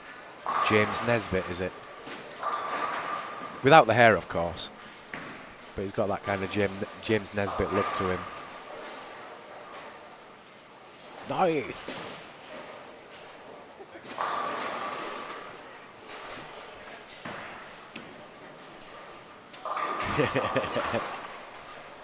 Richie T's just laughing at Paul Eds's comment about, have you got Barry Foley on commentary today? So can we have subtitles for him? Huh? Yeah, you know Paul, yeah. Paul Ed's a mutual baldy appreciation. Yeah, tell me about it, mate.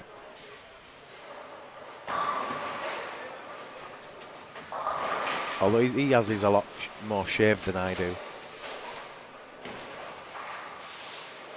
But then, to be fair, he's got a chrome dome more than me. Mine's thinning, but it's not super thinning.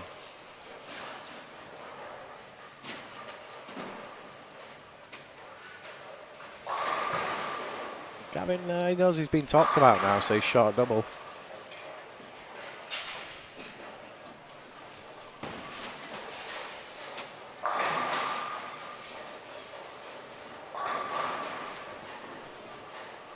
Not wrong with the baldy though, Paul. Those baldies pull the hot women.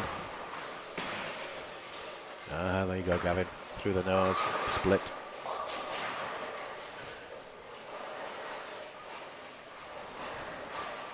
Right, what have we got on the... Oh, here's a cool one now. So on us featured pair now, we've got Brian Gillespie, Alex Fraser, Katie Tagg, and Kim Crapper. No, seriously, Kim Crapper. That's the name. Or Crapper.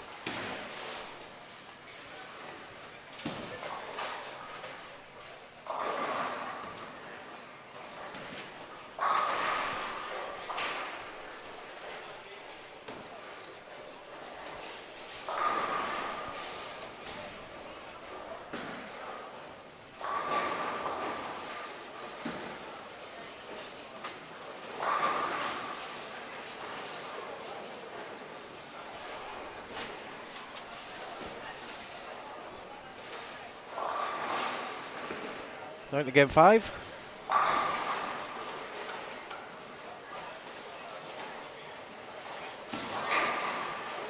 Alex Fraser picks, I'm going to say picks up his spare, but he doesn't.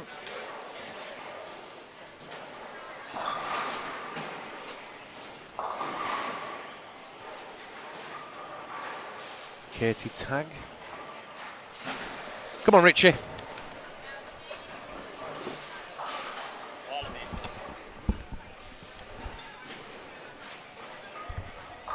So we're joined now by the EBT rankings champion. Proud to say that, actually, Richie. It's nice to say it. Hello, EBT everyone. champion Richard Teese. How have you done so far, Richie? Terrible. Yeah. Well, not terrible, but Just not great. no. Actually, when I first got here, it's the first time I've actually ever been here. It's my first time here. I didn't realise how much the lane surface hooked here, and didn't start off too bad. I had 1250 for my first block. I had a low game of like 190, so I was consistently level. Yeah. Is the best way to put it. Came the next day, done exactly the same thing, but my low game was 2-0. I think my highest game in the 2 blocks there was like 220, I think. Wow. But and then I made a few surface changes, changed my mindset on what I was doing, and I managed to get into the 1380s, It's enough, innit? which I'll take, Yeah. and try and do some work this evening. This is an unusual time for me to be up at this kind of time. You don't play morning squads usually, or you don't come down and watch them. Well, the way I've been bowling every squad I can. Yeah. But you're down watching your good lady friend, Yes, Katie Tagg. Yeah. How's she doing? Well, not a great start, but she's clawing back. She had 180, 180, 230, 220. So she needs another one of those 230 games if she can. She'll be fairly nervous, won't she? I mean, she's not played a lot of adult tournaments as such. No, not at this level. No, not so much, no. And she's a fancied player in England now. Yeah, she's not doing too bad. She's at uni at the moment. She's trying to practice when she can. Yeah. She might have that, you know. Yeah, nearly. But no, had a nice Christmas. Had a couple of weeks off. Did a lot of travelling at the end of the last year. So Yeah, you were telling me earlier you've got a run of tournaments coming up that's quite crazy. Oh, unbelievable. 2 trips to the Middle East, trips to the States, and Yeah. it's what you signed up for, though, isn't it? Yep. It's what I've wanted to do. So Well, you're pumping up the air miles, though. yeah. You'll be getting an upgrade at some point. That's what I was saying to a couple of the other guys the other day. I've been Silver States with BA for 4.5 years, and I've not had one upgrade. 4.5 years, not one upgrade. Don't they know who you are? They obviously don't know who you are now, do they? I know. I need to get Dom to put a word in for me. Yeah.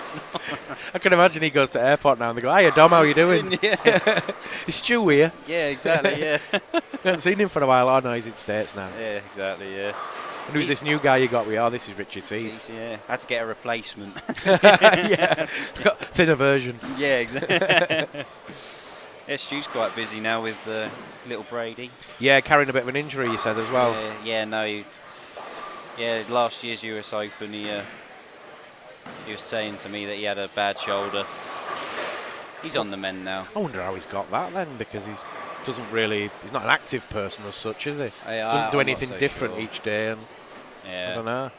But I suppose picking up a baby and putting it down again can get quite stressful. Every 2 hours, yeah. Yeah, it was the same for me. Just a new movement that you didn't do before. Mm-hmm.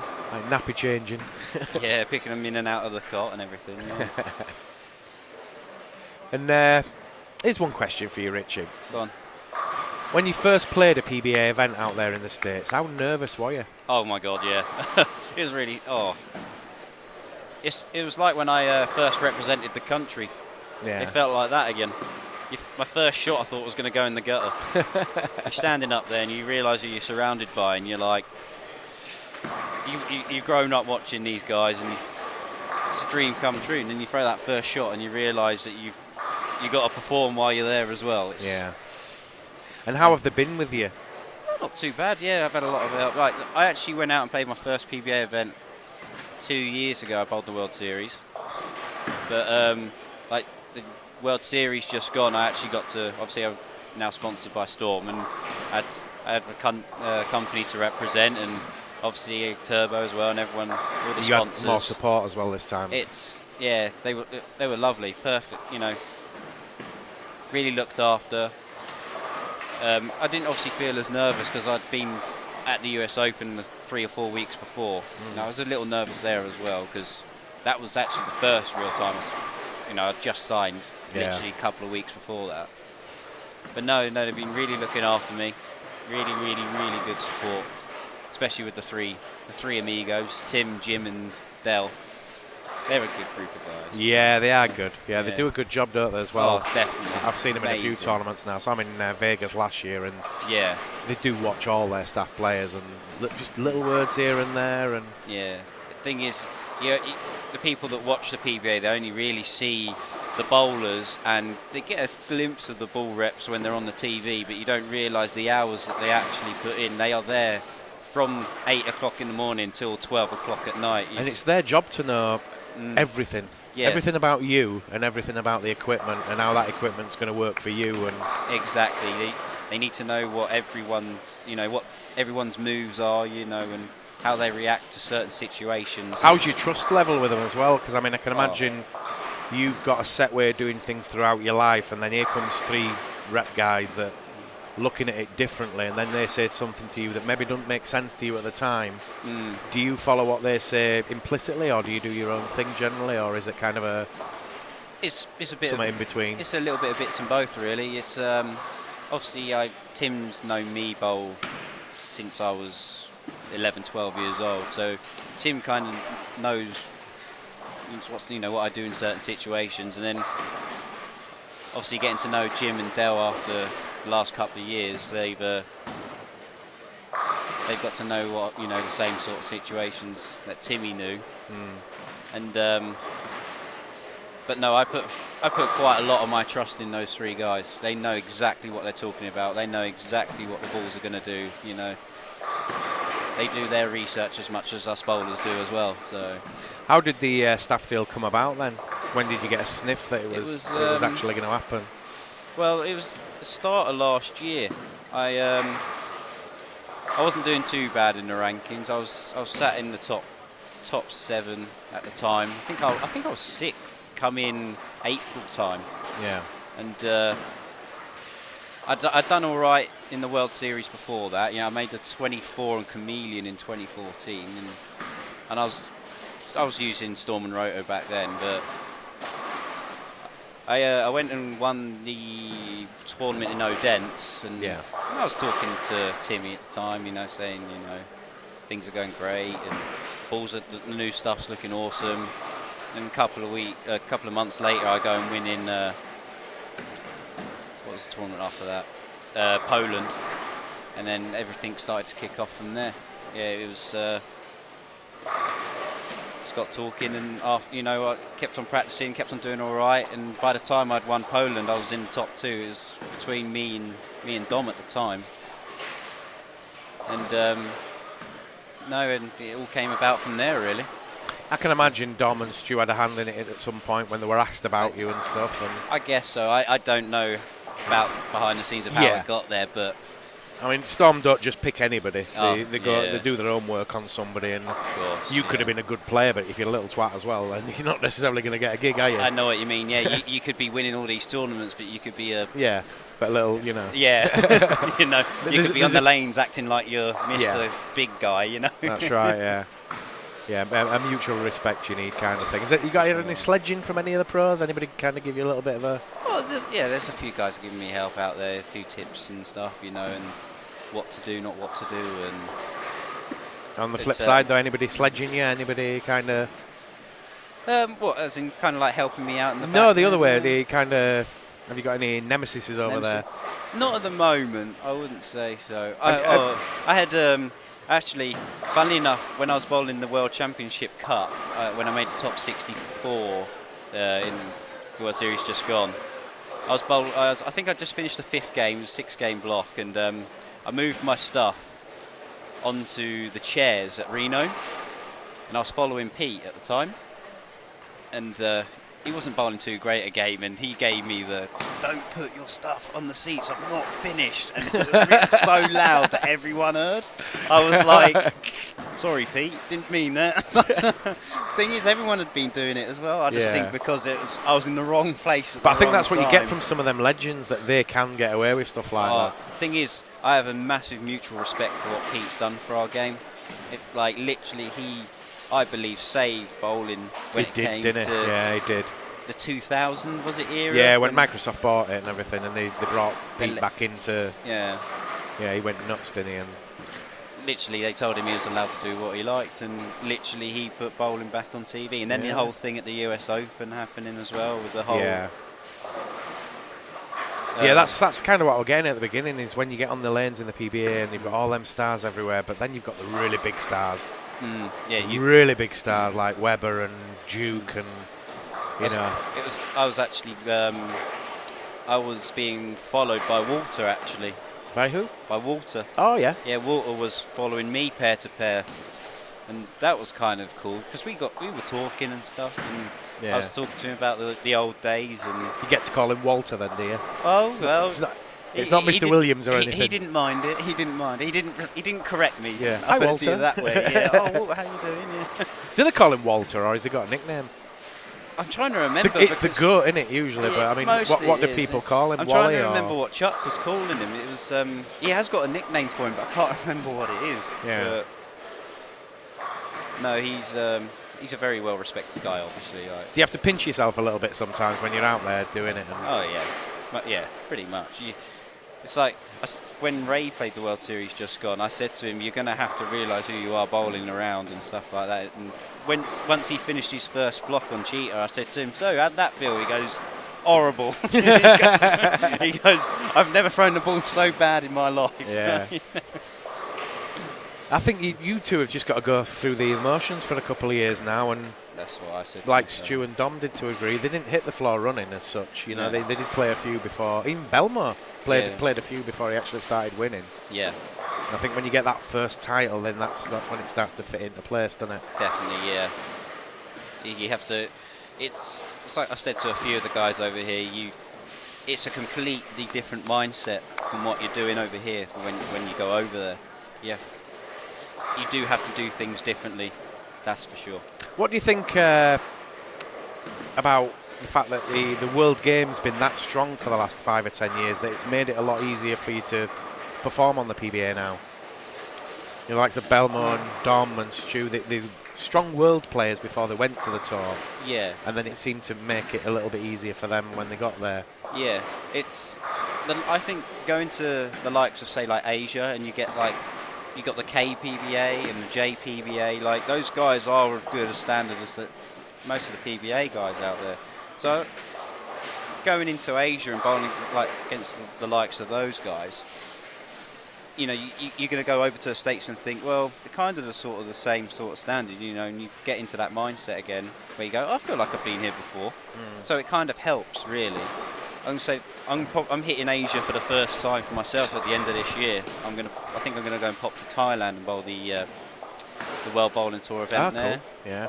And obviously quite a few of the Asian countries, you know, the Koreans and Japanese do turn up. So you become a name instantly with the minute you go there, though.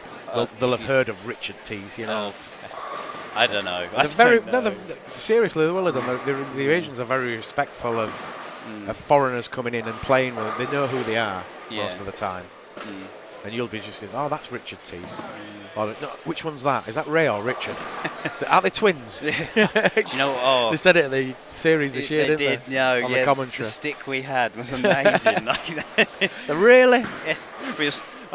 I remember going to dinner. I was going with Pascal Winterheimer, and he goes, "Oh, look, it's the twins." As me and Ray were coming up the stairs, like they're identical. Oh, yeah, look at it's them. Uncanny. So one's got hair, the other one hasn't. But no. How did he get on then in the end, Ray? He enjoyed it. Yeah, no, he did. He had a shot of making one of the top 24s. Came close to it a few times. Shark was the one he nearly made. He, I just finished my 8-game block, and I'd struck out to get to the top 64, and I was like, right, I'll go and see how Ray's getting on, because I only had like plus 60, and the cut for the Shark was 120 at the moment, at that time.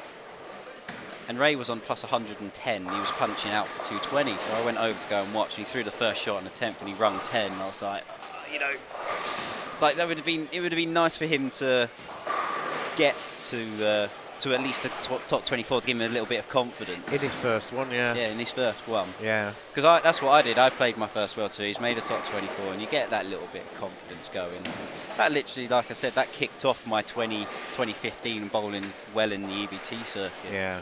Because it does, it makes you feel like, well, if I can compete here, you know, make a 24 here, why can't I do it when I go back into Europe? You know? Yeah. And of all the wins so far, which one were the most special? That first EBT win, I guess? Do you know what's really funny? I've not actually been asked that question yet. And the first one is special. Like, I'm not going to lie, cried my eyes out. You know, I've been working hard for it. You know, I gave up my job to... Well, I didn't really give up my job. I got made redundant from my job. But things happen for a reason, Richard. Exactly. But obviously, got made redundant. I thought, all right, try bowling. Put lots and lots of hours into practice, and it literally puts into perspective that all the hours of practice was worth it. Yeah. You know, because you see others around you winning all the time. You're like, oh, why can't that be me? You know, I've done putting all these hours in, but like you say, you have to put in the events. If you don't put in the time to bowl the events and get into those situations. Done, yeah. I remember that first tournament that we went to the Yak one, and you folks took me down there, and I watched you then, and I thought, oh, you haven't really got much on your ball. You can play, but your brother was a better player. At the time, I agree. You know, he threw a lot, really cool style and stuff, and you not really hooking it that much, all said and done. No. And then over the last 4 years, you've really gone for it. A lot of it's down to to my footwork. I used to run at the line back then, and I used to slide all over the place, and you know, I wasn't really that consistent. But I got to a point where I was thinking, you know, what makes the guys on tour as good as they are? And it's just repeating shots. It's shot repeatability. Yeah. And the only way you're going to repeat shots is if the whole process is the same. Exactly. If your timing's right and you haven't got many moving parts, if you can try and lower the moving parts, it's easier to repeat. Yeah. So, but no, in regards to my favourite win, it's probably Munich, because it was a gold. It's still a gold status EBT. And that's the first one I won. You know, gold level as well. Yeah. I had the likes of, I did have Dom helping me out in the last 3 games in the final. You know, that was kind of cool. That's what I like about the Brits. They will help the other Brits. Yeah. Maybe not when you're playing each other in a match, but oh no, yeah. You know, if they're not in it and you're in it, they're quite happily. Exactly. If you're the last man standing from that country, they're going to help you out. Yeah, definitely. Yeah, get a bit of support behind you. Unless they really hate you. Then they want the other guys to beat you. Yeah, true. Oh, we have a question. Oh, go on then. What do you think can be done to help boost the sport in England? Do you know what? I've been asked that question thousands of times. And it's a real difficult question. It's the same answer comes up every time, and it's sponsors and sponsorship and getting those sponsors in. I think what we do with the Weber Cups, we had this discussion the other day, didn't we? With the Weber Cup is, I think it's good for the game because obviously it gets it on TV, but they need to try and make it more and more exciting. Like bowling 12 frames and just watching a guy bowl 12 frames, anyone can do that. You can go down to your local centre and do that. Yeah. I know they're the best in Europe, and you've got the best in the world. It's kind of cool because they're having 220, 250 nearly every other game. But we had that on one of the streams as well. It needs to be like 2-1, 3-1, 4-1, that kind of thing. And yes. maybe like ping pong and all the rest of it, where you're up to 7 or 11. Yeah. Me and Adam Michaels were discussing that you could try and make it so it's like more like the darts sort of thing. You can make it so it's like 3 frames, and you do best of 3, and that would make the game so much more quicker. And then you can do best of 3 frames. You can start betting on stuff like that, because obviously you can bet on the Weber Cup now, but that's only on the overall. I thought, when they first introduced it, I thought, oh, cool, you maybe can do frame by frame or game by game, but it's only on the overall. If they do it by game, you're not wrong when you start getting the gambling involved in it, and it starts becoming interesting. And then you get the outsiders getting involved. There's also the whole people talking about a drinking aspect behind it as well. Like allowing people to drink and stuff. I'm kind of for and against that. I've not seen anybody here though Not- doing it. We're at a no, tournament, not you here, know. no. There's no beers out, and you can have beer in here. I'd say I don't know if they, in the last couple of years, whether it's been people drinking and stuff like that, but because obviously this is my first time, I don't know. Well, it was a dry centre here. You couldn't get No. beer in it. You had to go over to Boland's, but No. now you can get a beer from here. They've got a licence for it, but it doesn't seem to have made any difference. No. And I think, yeah, you're right with the people's opinions of that. Mm. But it's not a drinking sport, really. It shouldn't. At league level, it is to a degree, but even then, Yeah. you know what bowlers like. They bring their own drinks in most of the time. Yeah. They won't buy anything. No. And then say that's another thing as well. A lot of people haven't got the domestic outgoings that they used to have because obviously we had the recession here in 2008 and the world's financial state isn't great at the moment and nobody has spare cash to go out and go bowling. Plus, ball prices are going up because of the state of the financial system. So people are buying balls, but not as many as they used to. Stuff like that. How do you deal with the fact that the job's not a 9 to 5, and there's no set when you're getting paid next sort of thing? I'm not going to lie. I love not waking up at 7 o'clock in the morning and having to get in the car and drive to work every morning. Oh, yeah. I'm a big fan of not doing that, but I do my fair share of going down to the bowling centre. I tell you what, I think Airport Bowl are sick of me by now. Literally, I've got to know all the staff by first name basis now. Like before, it's just like, can I get a couple of games in there? But now it's like, oh, hi Rich, the usual. What lanes do you want? Oh, just those, please. What sort of a deal you've got with Airport Ball for your practice? Do you have to pay for it, or? Oh no, they really are good to me. Because the manager there is Simon Davis. I'll have to thank Simon Davis while I'm on here. But yeah, do. He kind of saw what I was trying to do, and I said, we talked about it, saying, I'm going to try and make it, and he understood it because he likes having the tournaments in the centre, and he realised what my mum and my dad do, with running the Easter doubles and running the Junior London International. The bowl do quite well on those weekends because of all the custom. Yeah. And he said, you can have as many games as you like, but just don't be stupid. Don't be having 100 games a month. At the moment I have 8 to 12 games a week. Just enough so I can have like 2 to 3 hours a day. All said and done, it doesn't really cost them anything to have you bowl in some games, does it? Nominal amount of electricity being used for a pair of lanes for all day. No, it's it's not that much to run. You just run the motors and the electricity and. Well, yeah, most of the electric's on already to a degree, so. Exactly, yeah. But no, yeah, they allow me to practice and That's they do good. allow You need free bowling, and then that makes it helps. possible to get to that level. Yeah, it's and they allow me to use the machine once or twice a week. If I want to put a pattern down, say I usually put something out before I go. So when I came in. Jenny bowling or not? Not yet. Yeah, she must be in next one, I think. Yeah, Jenny's not bowled yet. No, she'll be next.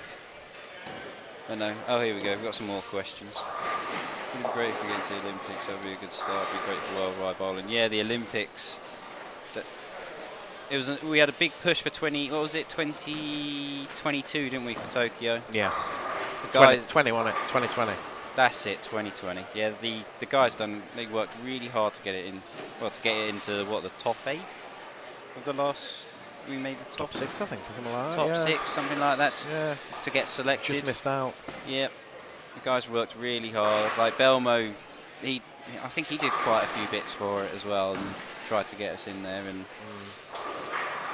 But yeah, it would have been awesome because then everywhere, most tournaments would have got funded. Every organisation would get funded from the Olympic Committee. And well, the beauty of the Olympics is you're guaranteed a meeting with the Queen if you pick a medal up, aren't you? Yeah, you want that? Yeah, you're a household name just for picking up a bronze. Yeah, that'd be amazing. I can imagine if it ever gets to that standard and so, here's the bronze medalist, Richard Teese and Don Barrett. Do you imagine that? And then you think, well, that's probably I've come third in a tournament. I've won massive tournaments bigger than that. Yeah. And you weren't even interested. Yeah. Thanks, all of a sudden, Queen. I've come third in something and I'm meeting the Queen. Imagine that. Well, as bad as it sounds, well, will we have the Queen soon?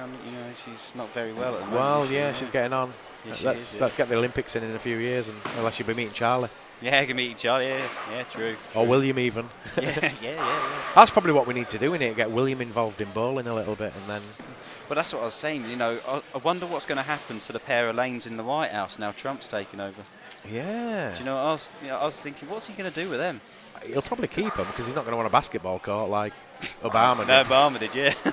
I don't know. It depends on his kid, though, innit? He's got Barron, hasn't he? His youngest. Yeah. So it's whatever he wants to do. If it'd probably be a gaming room or something.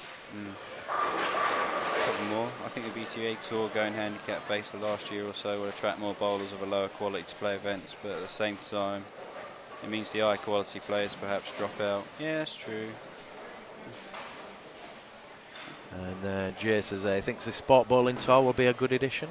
Yeah, no. I think that's Chatfield and Crosby, I think, was setting that up. Chatters is involved. I've not heard Crosby's name, but yeah. Yeah. No, that's a fantastic addition to that's definitely going to help sport bowling in England. Well, if anything, it's going to kind of level things because even your great players, when they go play on sport conditions, they soon find out that they're not quite as good as they thought they were. The house pros, anyone can play on a willy wall, but then you have to make shot making the key again. Mm-hmm. It can only improve the sport as a whole, I would think. Oh yeah, definitely. And it can bring players like you next to players like Selwyn, and still be, he's got a shot then on a sport pattern. Yeah. Give everyone a run, Yeah, good luck to them anyway. I hope that does really well. I'm going to really promote it best we can on Talk Temping and whatever they need from it. I like the change to Talk Temping as well to the start of the new year. Yeah, looks thank nice. you. Yeah, it looks amazing.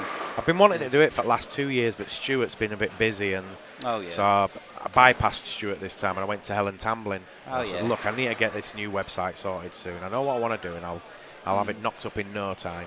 Yeah. So she put me on WordPress and did all the technical stuff, and I think it took me 6 weeks to put like 120 posts up and just position everything roughly where we wanted it. Fresh, clean, not too hard to find things. The old site was okay, but 10 years of information, it's like, where's this and where's that? And I was going to say, did you get to keep all the old info? Yeah, it's all up there. It's all up there, yeah. It says, when you look at Talk Temping now, we've got a link just at the right-hand side that goes to the old archived site, so it's still up there. Do you know what's really funny? I can still remember sitting in college on the old forums when it was green. Yeah, remember when it was green. It was Yeah, right at the beginning. Dark. It was like that colour green. Yeah. I remember that. I remember sitting there on college reading all the comments, having a laugh and that. A long time in coming. Yeah. Two things could have happened at the end of last year. I'll be honest. I was on my arse with making no money. We didn't have many sponsors in, and it were looking like, well, I'm going to have to go get a job somewhere. Yeah. And I thought, I don't want to. I'm like you. I don't want to get up at 7 o'clock in the morning. I don't want to drive anywhere. I want to take my kid to school. I want to sit at home all day and be excited about what's the news today. I wake up in the morning, I ain't got a clue what I'm going to do today. And then it's be a few stories come in, a few emails, and then if there's nothing in, I'm going to have to come up with something. Yeah. I'm going to have to come up with some news that day and turn a story into a story. Or I've got no interviews. I'll just Richie, I need an interview. Or original content is what we're going to be doing this year. So we've got chatters coming to do just general bowling chat. Yeah. We've got Craig MacArthur's going to do pro tips. Yeah, it's saying. Rob Thirlby's going to do technical stuff. No. And then we'll get a lady in to do ladies bowling, and we'll proper content. Make it readable and interesting, and something to go back for. And that's really good. Yeah. I've already got the tagline there, chatting with chatters. Chatting with chatters, That's quality, isn't it? Yeah, it writes itself, doesn't it?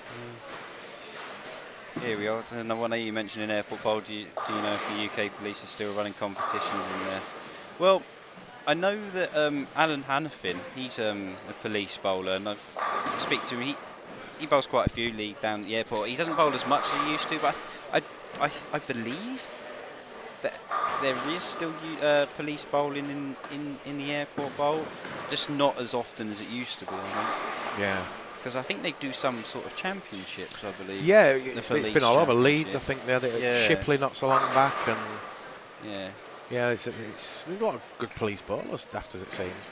Yeah, no, there are quite a few really good police bowlers. Because they have the World Police and Fire games, don't they? That's right, yeah. But yeah. I'm not sure where it was. I knew it was in the States one year. I knew that because Alan was telling me about it, but I can't remember where. Yeah, I used to see the police championship at Leeds way back in the 80s. It Used to be like all 30 lanes were running with like 4-man coppers there. I haven't been to Leeds in. Well, actually, last time I was in Leeds was when they done the Weber Cup last year. Yeah. Yeah, It's depressing though when you go in the bowl, isn't it? Oh, the Merrion. The Merrion. Yeah, I remember bowling their league, bowling there when I was at uni. And say that bowl was awesome, especially when the Scott Banks were there. Well, back in the day, it was the place to be for leagues and for 5-man. And I tell you, when they had the Scott Banks, that was like this, but in but in Yeah. Leeds, wasn't it? Yeah. You had a lot of big foreigners social come over. aspects and a lot of foreigners, yeah. Real Yeah. good tournament. But no, that all the bowling over there is moving over into the Shipley area. You know, with what Jeff Taylor's done with the bowling centre over there. Well, he's got a good base, hasn't he? Because what Dave Granger did over the years there was pretty immense. He built up a good league programme, and it would deal with the leagues more than he would with open play. He was more bothered about regular business as opposed to hit and miss business. And there you go. It's a bowl that stood over there. Stood the test of time, hasn't it? Yeah, that's it. Yeah. Luckily, he found the right person to take it over. Yeah, a guy That already actually gives a crap about bowling. And exactly. I believe Jeff used to bowl in the police. I think he did, bowled yeah. for the police. Yeah, he's I a think, retired policeman. Yeah. Yeah. That's why he's got plenty of money, I think. 50 and old and a massive pension, and I think he's got other businesses as well, hasn't he? I think so. I think he's got like a shop fitting business or something like that. So he has his workers coming in and doing up the ball. Yeah, But yeah, things seem to be turning over nicely there, and Steve Kay there obviously now in a decent pro shop. Oh, and yeah. I say when I went over there for there was the demo day there before the Weber Cup. He's got a nice little outfit up there. Went to go and saw him in the shop and went and helped out for a little bit. And yeah, I don't mind saying if he gets the toilets fixed there, it's a cool centre. and guess what? They fixed them. They fixed them now. Excellent. Oh, the upstairs ones. I'm not sure about. Oh, they've done the upstairs. Yeah, the yeah. downstairs ones. Yeah, I always said to Dave, I said, just get them toilets sorted. They were grimy. That's Grimy, the best word to say. Yeah. They were grimy. I see, can't bring Team England here. If Basher Bonfield goes and sees them, you're in trouble. Got the bad review. Yeah, super bad review. He'll have the bad shag. You remember those? The bad shag, yeah. Remember those? Oh, yeah. You used to have them on Talk 10, I swear. Yeah, well, I think we did. No, yeah. No, he put them on theirs, and we would mention them. Mention them, that was it. Yeah. That was funny. But he still does a lot, does Basher, but he doesn't do so much on the website now, does he? He just puts links up and whatever tournaments and stuff. Say, where's Basher? Why isn't he here? Oh, he's got the little ones, hasn't he? Yeah, he'd be lucky to get away for a weekend. Yeah. Basher don't pay though. No, you know, every year asking everyone for a pint. He'd have to have free entry, free flight, and he'll come. But it's the 30th next year, so anything's possible, you know. Yeah. I've been saying to these guys, we want Guinness involved, and yeah, and you could always bring back the old tournament winners. Well, that's what they're looking at some kind of, even a few of them come anyway, so maybe just have a little match-up of past champions on there. You could have Zara Giles, and you could have who else has won the event? I'm trying to think of who's won. Oh God, Kirsten Penny, yeah. Nick Froggatt, Don Barrett, Stu Williams. It's who's Rich? Yeah, it is, that's the thing. It's one of them tournaments when it's 30-year-old, almost 30-year-old. Your name's getting added to a list of cool players over the years. Yeah, for sure. Yeah. Right back to Chris Buck, the first one, and oh yeah, Chris. Yeah. The last time I saw Chris actually was about a year and a half ago. I haven't seen. He was at the Weber Cup actually because he got inducted, didn't he? Oh God, yeah, I saw him. Yeah. Not so well, obviously. Alzheimer's now. And I heard about that. Yeah. Honestly, when he came in, I didn't recognise him. I said that. I saw the wife and hi Chris, how are you doing? Yeah. But I don't think he ever liked me when when he had all his faculties and stuff because I was a northerner anyway. Oh, so. yeah. Why you? I can't even say. I can't even do his voice because it's usually a swear word within every 3 words that he came out with. But a funny guy though. I remember seeing him in 1985. Yeah. And he's swearing and I thought, this guy's like larger than life. And who's that? And that's Chris Buck. Oh, that's Chris Buck. The Chris Buck. Yeah. Just so you know, Sloan, Selwyn is about to go for a turkey, and the banner has come out. This is it for the turkey. Oh! There it is. The banner is going all over. Yep, the banner's out. The banner is out. Turkey alert. Quality. Oh. That was it. The World Police and Fire Games is in Belfast. Right. It's only down the road. Yeah, future of bowling. Small clubs run by people who care about bowling.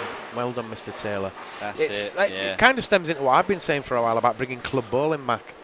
And every centre needs to have a club. Kind of like, you remember the days they had the Silk Cup? Yeah, that kind of thing. That kind of thing, But yeah. you join a membership within the centre, and you might have 200 members in one and 300 in another, and you pick your players from your club, sort of thing. That's what they do in Swedish league. Yeah, it's the same thing that you have a town, and they just literally everyone joins the bowling centres club. Exactly. And then they literally have league matches every weekend. You know, exactly. You have people that average under 140.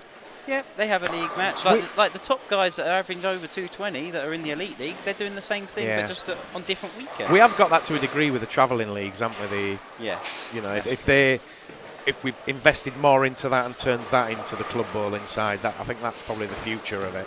Oh yeah. And we need to find out which centres actually want us. We need to draw a line between leisure and sport and find out who wants us and who don't, and who's in the middle. Yeah. And then we won't touch them, but we'll promote them. We'll play with the ones in the middle that are, 50-50, and then we'll support like mad the ones that support us. Yeah, I'm saying no. That's what Lee Chatfield was saying about when they were setting up this new sport tour. They were having to ask certain centres, "Are you interested? Do you want a sport bowling event in your centre?" And obviously they've whittled it down to what they've got now. The 6 centres they've got. That's probably the start of it then. Yeah. It's just getting everybody to follow it eventually. Yeah. But no, I really like the idea of the whole club. Like you say, that will probably kick off a bit. Well, that Swedish league's awesome by the looks of it. I ain't got a clue what's going on and stuff. But the fact that the whole city goes to another, bowling centre, and I bowled the 200 fans at the back. I bowled the league finals last year, and I actually felt as nervous then as I did when I bowled on the PBA event. It's incredible. Because what they have is they have like an area like this, but you have like a top tier as well with people looking down on you onto the players area. Yeah. So you're bowling for your teammates who are on the side of you. You've got the people supporting you that are looking down on you, as well as the guys behind you. Yeah. It's almost like stadium sports. Yeah, it is literally like going. The best way I could explain it to people is like going to a Manchester derby. But the main focus is bowling, not the football. Yeah. It's amazing. You have the drums, you have air horns, and they're only 20, 30 feet behind you. Yeah. It's incredible. Needs replicating, doesn't it? Yeah, for sure, yeah. I'm saying they don't have it on TV as of yet, I don't believe, in the Swedish League, but they do have it on live stream. So I think you can forget about TV these days, though, and terrestrial TV. You may as well just go to community TV channels and stuff like that. And like the Olympic channel. Oh, yeah. Now, I was saying that we've got the Olympic channel now, so if we turn what we're doing in Ireland into a much slicker show, looking like a TV show with the graphics and proper commentary and all the rest of it, then we can give that content to the Olympic channel and it'll go on there. Yeah.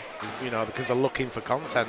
Definitely. Might be the way to do it, but I had an interesting conversation with the guy who runs Bowling Digital, Herbert. Herbert, that's it. We was talking exactly the same conversation about starting our. They said they was thinking of starting like an extra frame of Europe. I said it's not a bad idea. You could get people to subscribe to watch it. I don't know if you would though. I think the PBA for that extra frame. I think the last I heard they had about 6,000 people that had signed up for it, but not necessarily for the full year or anything. So they're making a decent amount of money, but not as much as you would think, considering it's in America. Yeah. And then when you bring that into Europe, you might get maybe 300, 400 people who'll pay 60 quid a year. Is that enough to justify the travel going to all the different European cities? We haven't put a lot of money into this, but if you start doing it 12 times a year with all the travel and all the rest of it, and it's going to come at quite a bit of money. You've got to start paying the people that are doing it then. Yeah. Me and him are getting literally nothing for this, but you'd need to be paying somebody €100 a day each for the 14 hours that they're working. And for sure, yeah.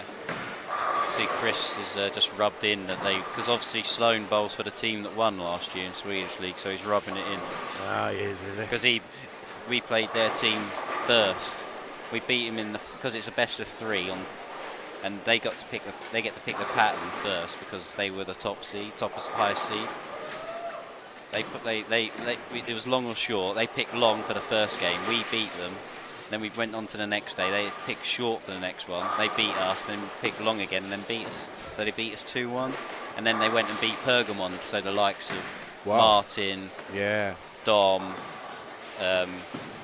Jesper, Osku. And they went and beat them. And now he's rubbing it in because they won. So that's like Man City beating Man United then, or the other way around. Hard to say at the minute. Well, I don't know. I don't want to insult Chris or anyone. So you don't want to upset him? When's that ever bothered you? It's like Bournemouth beating United. He's not going to like that then. No, not Bournemouth. You could have gone with Leeds, maybe. Actually, we're doing all right at the minute. We're that good. Well, we are at the minute. We've got about 10 games where we've actually looked quite good. Yeah. I'm almost going to support them again.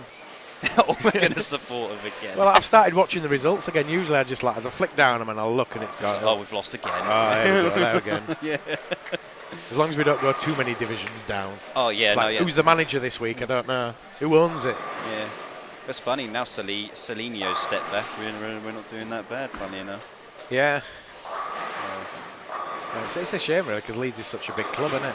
And it's got potential to, stay in the Premiership. Exactly. It's when they chase the money those years. A lot of heart and passion in the game. I remember hearing a story when they were throwing money. I think just round about the semi-finals of the European Cup that time, and Danny Mills, they were going to sign Danny Mills, and he goes into the office and we'll give you 40 grand a week.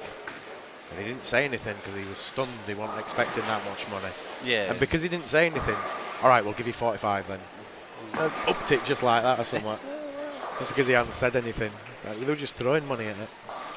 Good thing I know nothing about football. There's not many Irish people know much about football, is there? The Republic of Ireland have been a good side over the years, to be fair. Too bad, yeah. To be fair. To be fair. You don't need to know anything about any other sport than bowling, Chris. Yeah. That's another very talented player that's making his step on the world scene now, I'd say, Chris. That World Cup was an immense... that was awesome. He got done over, though, didn't he? All said and done. Come up against a spinner in the final. He was, like Chris was saying to me, that it's funny how everyone who actually hooked it was struggling, and then there's this, this spinner in his own country. Oh, it just happens to win, He had a chance all the way through the tournament because it was about a 220 pace, and that's their limit. You don't ever see a spinner averaging 240. No. So had it been around about 230, 240, he would have been further down. He wouldn't have made it to that cut. No. But having said that, Chris wouldn't have made that jump that he made then. Yeah. From 20th to 8th or 6th or something. It was 5th even. You've got to have a real good, strong mental state to do that. That's for sure.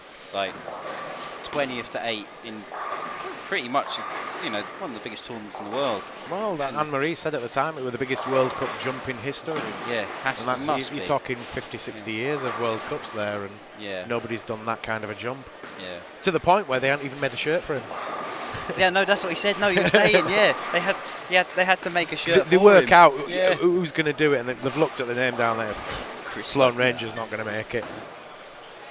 Oh, we have a front 9, by the way. Front 9. Oh, all right, hang on. Alex Fraser on 13. Let's see if I can get the wireless cam going. Funnily enough, the girlfriend, if she can get the back 4, she might sneak into the cup. She's bowling with him. So there could be a 300 and 268 on that pair alone. Who is it on the 300? Anyway? Alex Fraser, Scottish. Scotsman? Yeah, Alex Fraser. Ah, she left the bucket. Still within a chance. You have to still have 250. Actually, maybe not 240. Don't think I'm going to be able to get the Wirecast working in time. No, it's all right. We'll spin the camera around there. What about a European Club Championship like football, where Germans play England and Sweden play Spain, etc.? Would be great viewing. That's the Europeans, though, isn't it? Effectively. Yeah, kind of the Europeans, yeah. But with the whole league thing, it's the only problem they have is there's no standard format for all the leagues. They're all they're all different. You know, German league you have 5-man teams. Swedish league it's doubles. In Spain I believe it's something else. And I miss 5-man. 5-man, yeah. I know it was quite long when you build a 5-man league on a Friday night and stuff, but I liked 5-man. 4 didn't feel the same. No, I get what you mean. Yeah, 5-man. Counties and everything were always 5 and.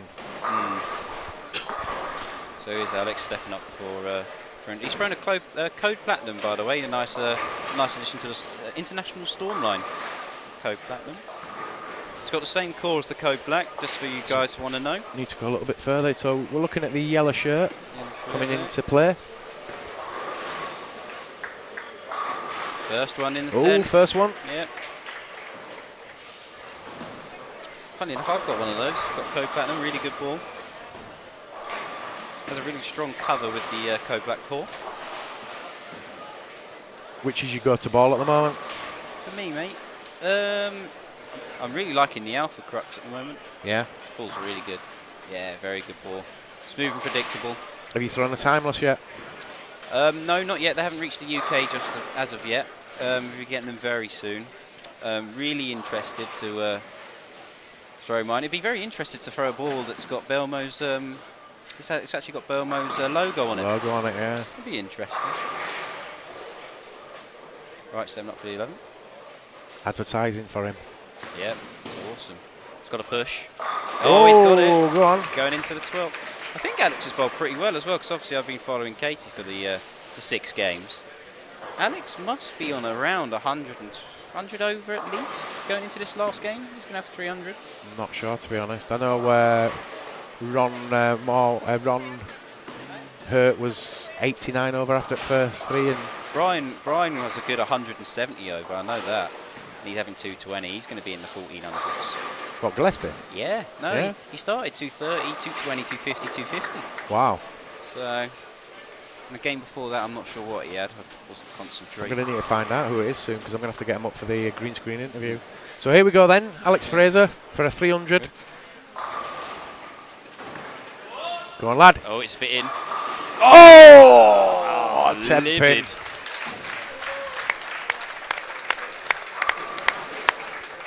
Good effort. Very good effort. It was a great ball change. He literally only just changed that ball that game as well, because I watched him bowl that last game. Great ball change. Right. And I'm not just saying that because he's throwing a storm ball. It was actually a good ball change off the front 11, that's for sure.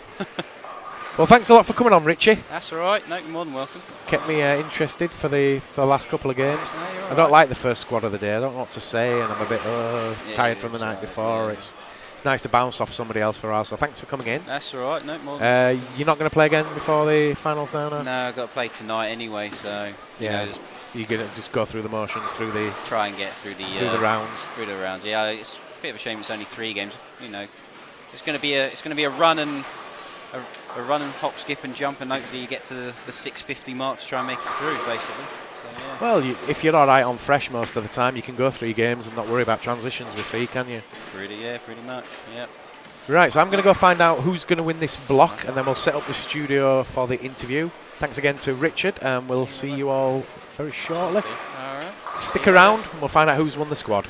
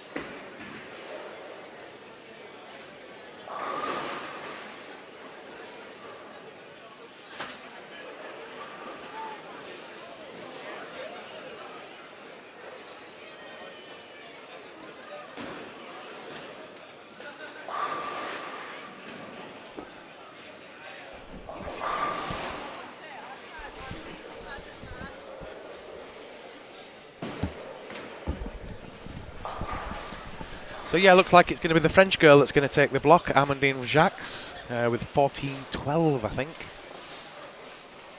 13.80 for Brian Gillespie. Ron Hertz on about 13.70, 13.60. Wendy Barter is going to be close to 13.80. But it looks like it's the French girl.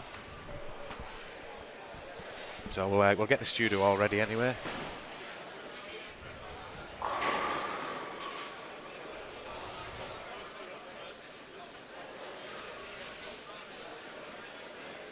Perty McKinnon. Is there any Finnish players here? Yeah, there's quite a few.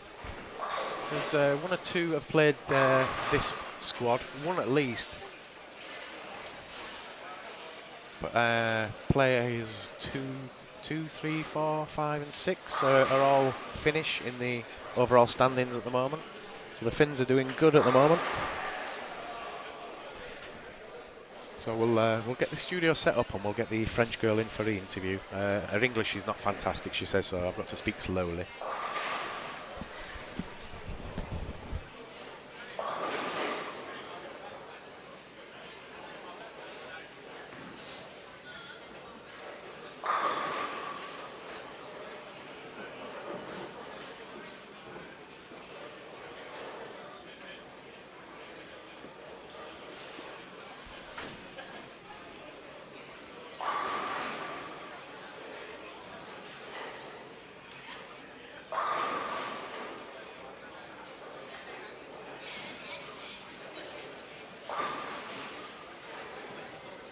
Studio.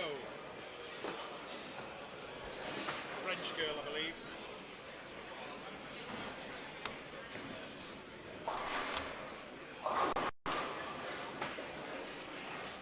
This program is brought to you by Storm Products, the Boulders Company.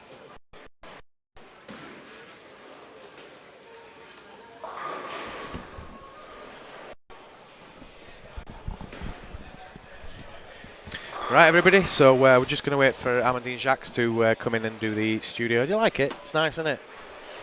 Yeah, we're cleaning it up, making it look a bit nice. So we'll have her up in a few minutes' time.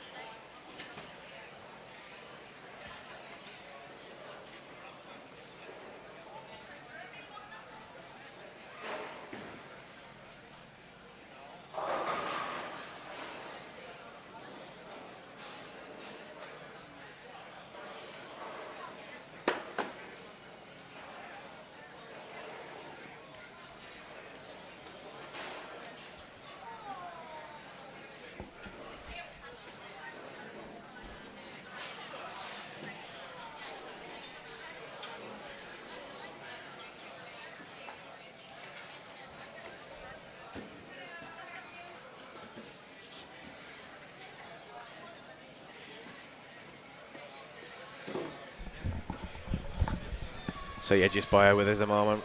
She's packing her stuff away.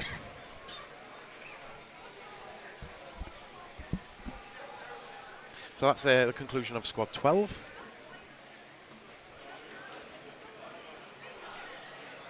Two more squads to go, and then we've got the Desperado at about 7:30 this evening, and then we're straight into the final step 1 after that in the evening.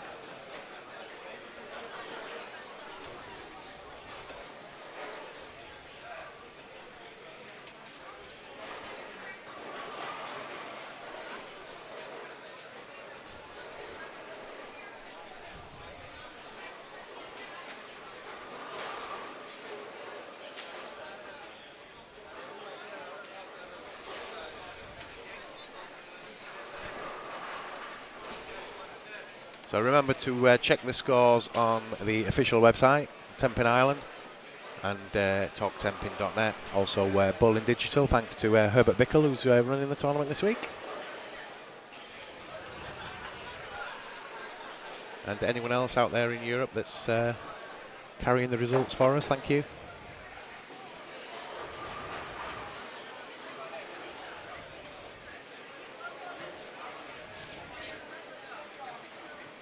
So she's just putting her ball bags in the players' area, and we'll grab her in 3 or 4 minutes' time. I don't know too much French though. Alors, bonjour, je m'appelle Dominique. Comment ça va? Quelle heure est-il? That's about it. I'm done.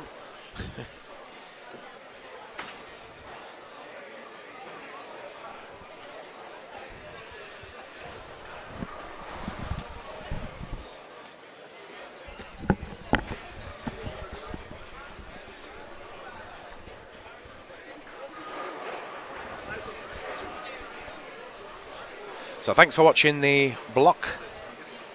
We'll be back at 12 noon with the next squad. But we're going to finish up with an interview with the squad winner there, Amandine Jacques from France.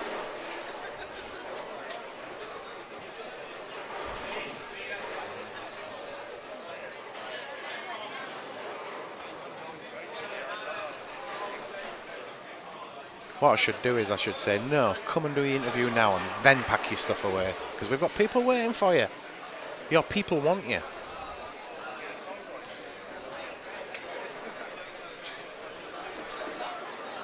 Right, I'm going to have to sound a little bit more posh for this interview because I don't think she'll understand Yorkshire accent.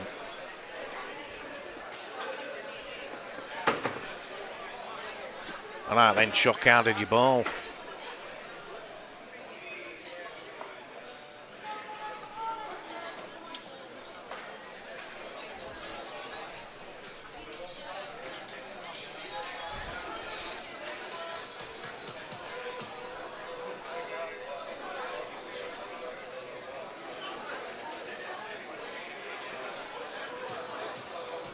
Come on, Amandine.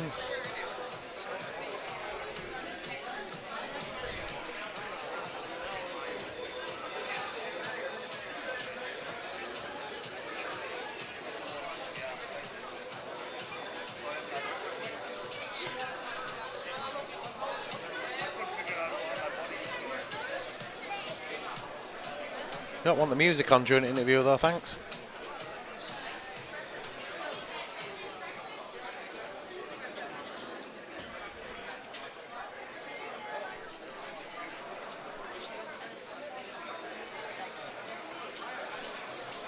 Sorry about this, folks. She's totally disappeared now. She's not come back out of the players. Oh, here she comes now.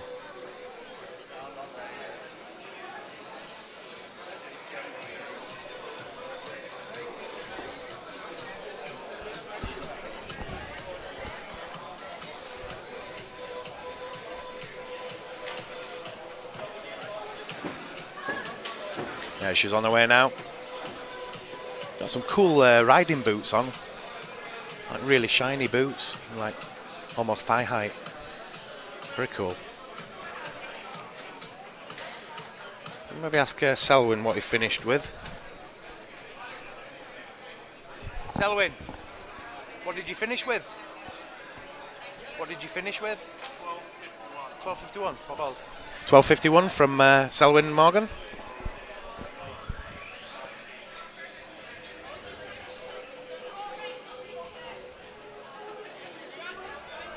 Right, here she comes.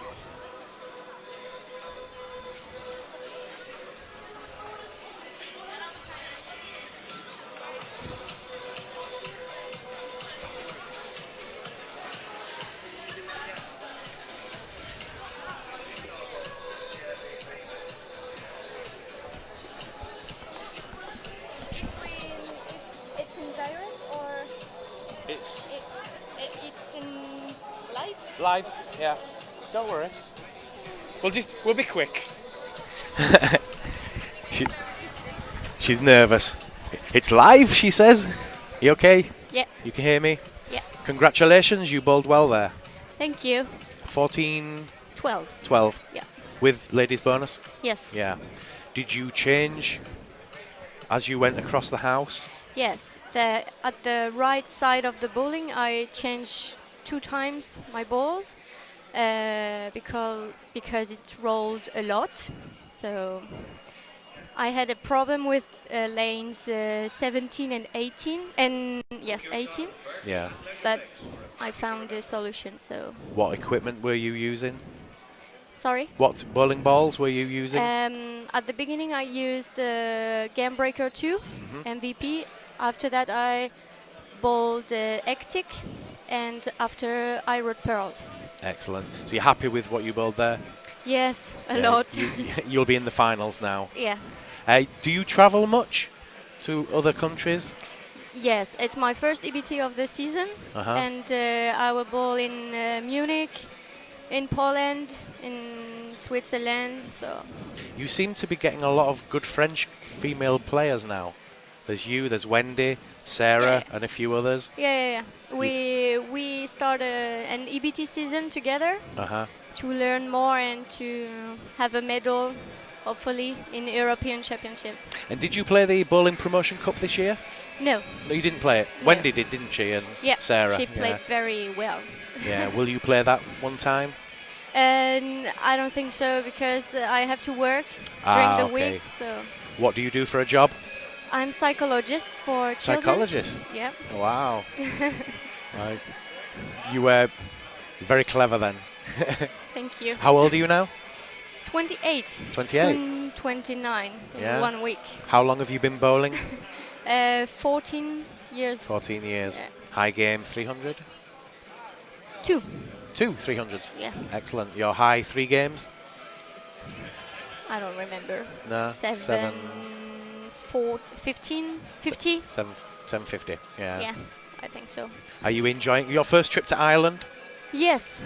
You like it? Yes, I visited yesterday and... You've not seen much yet then? You've just been to the bowling centre and this area? Yeah, we rent a car, yesterday we visited the city. All right, nice. And today too, because now I have time. Yeah. Oh, good. Well, congratulations. Well bowled. Thank you. And we will see you in the final now. Yep. Thank you very much. Thank you. Well bowled.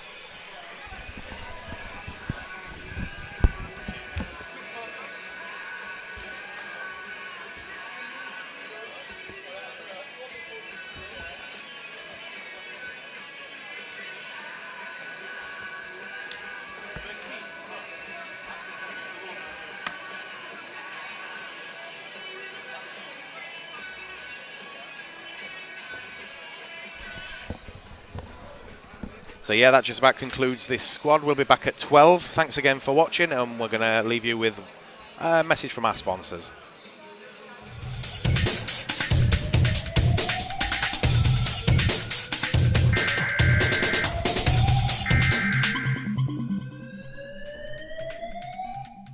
Hey Storm Nation, I'm Steve Plemkin, and we're here with Del Ballard, your Pro Tour manager, and we're excited to demonstrate the new Code Black for you today. Now, Del, you have a little bit of experience. I know you saw this ball go down the lanes in Japan, and also some of our international staff players when they came over and bowled the World Series of Bowling were using the Code Black. What have you been seeing out of the ball? Well, Steve, the very first thing I noticed out of it is how it just kept on coming. A lot of time around the corner, a lot of times with guys that have high rev rates, the asymmetrical balls will kind of just quit. They'll slow down, get to the preferred spin axis, and just kind of slow down. Code Black just kept coming, so you never lost that entry angle going into the pins. And that's for the high rev players, like you were saying, at the pro level, we definitely see that. Yes, and for the lower guys who threw the ball a little straighter, you know what, just barely cracked the shell a little bit, make it start a little sooner, and just kept on coming. It allowed them to play about 3 to 4 or 5 boards deeper than they normally would, and the ball would keep coming through the pins. A lot of hook on the back end. Let's go ahead and turn these lanes on. Let's throw some shots and show you what we're talking about.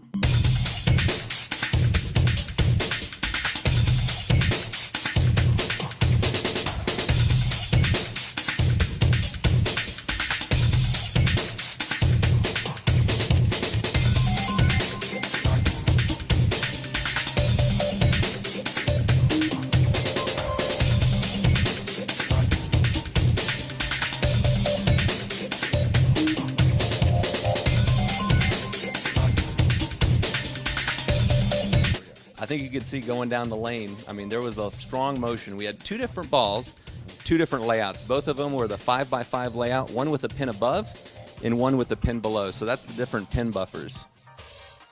Out of the ball itself, the 5x5 layout is very versatile layout.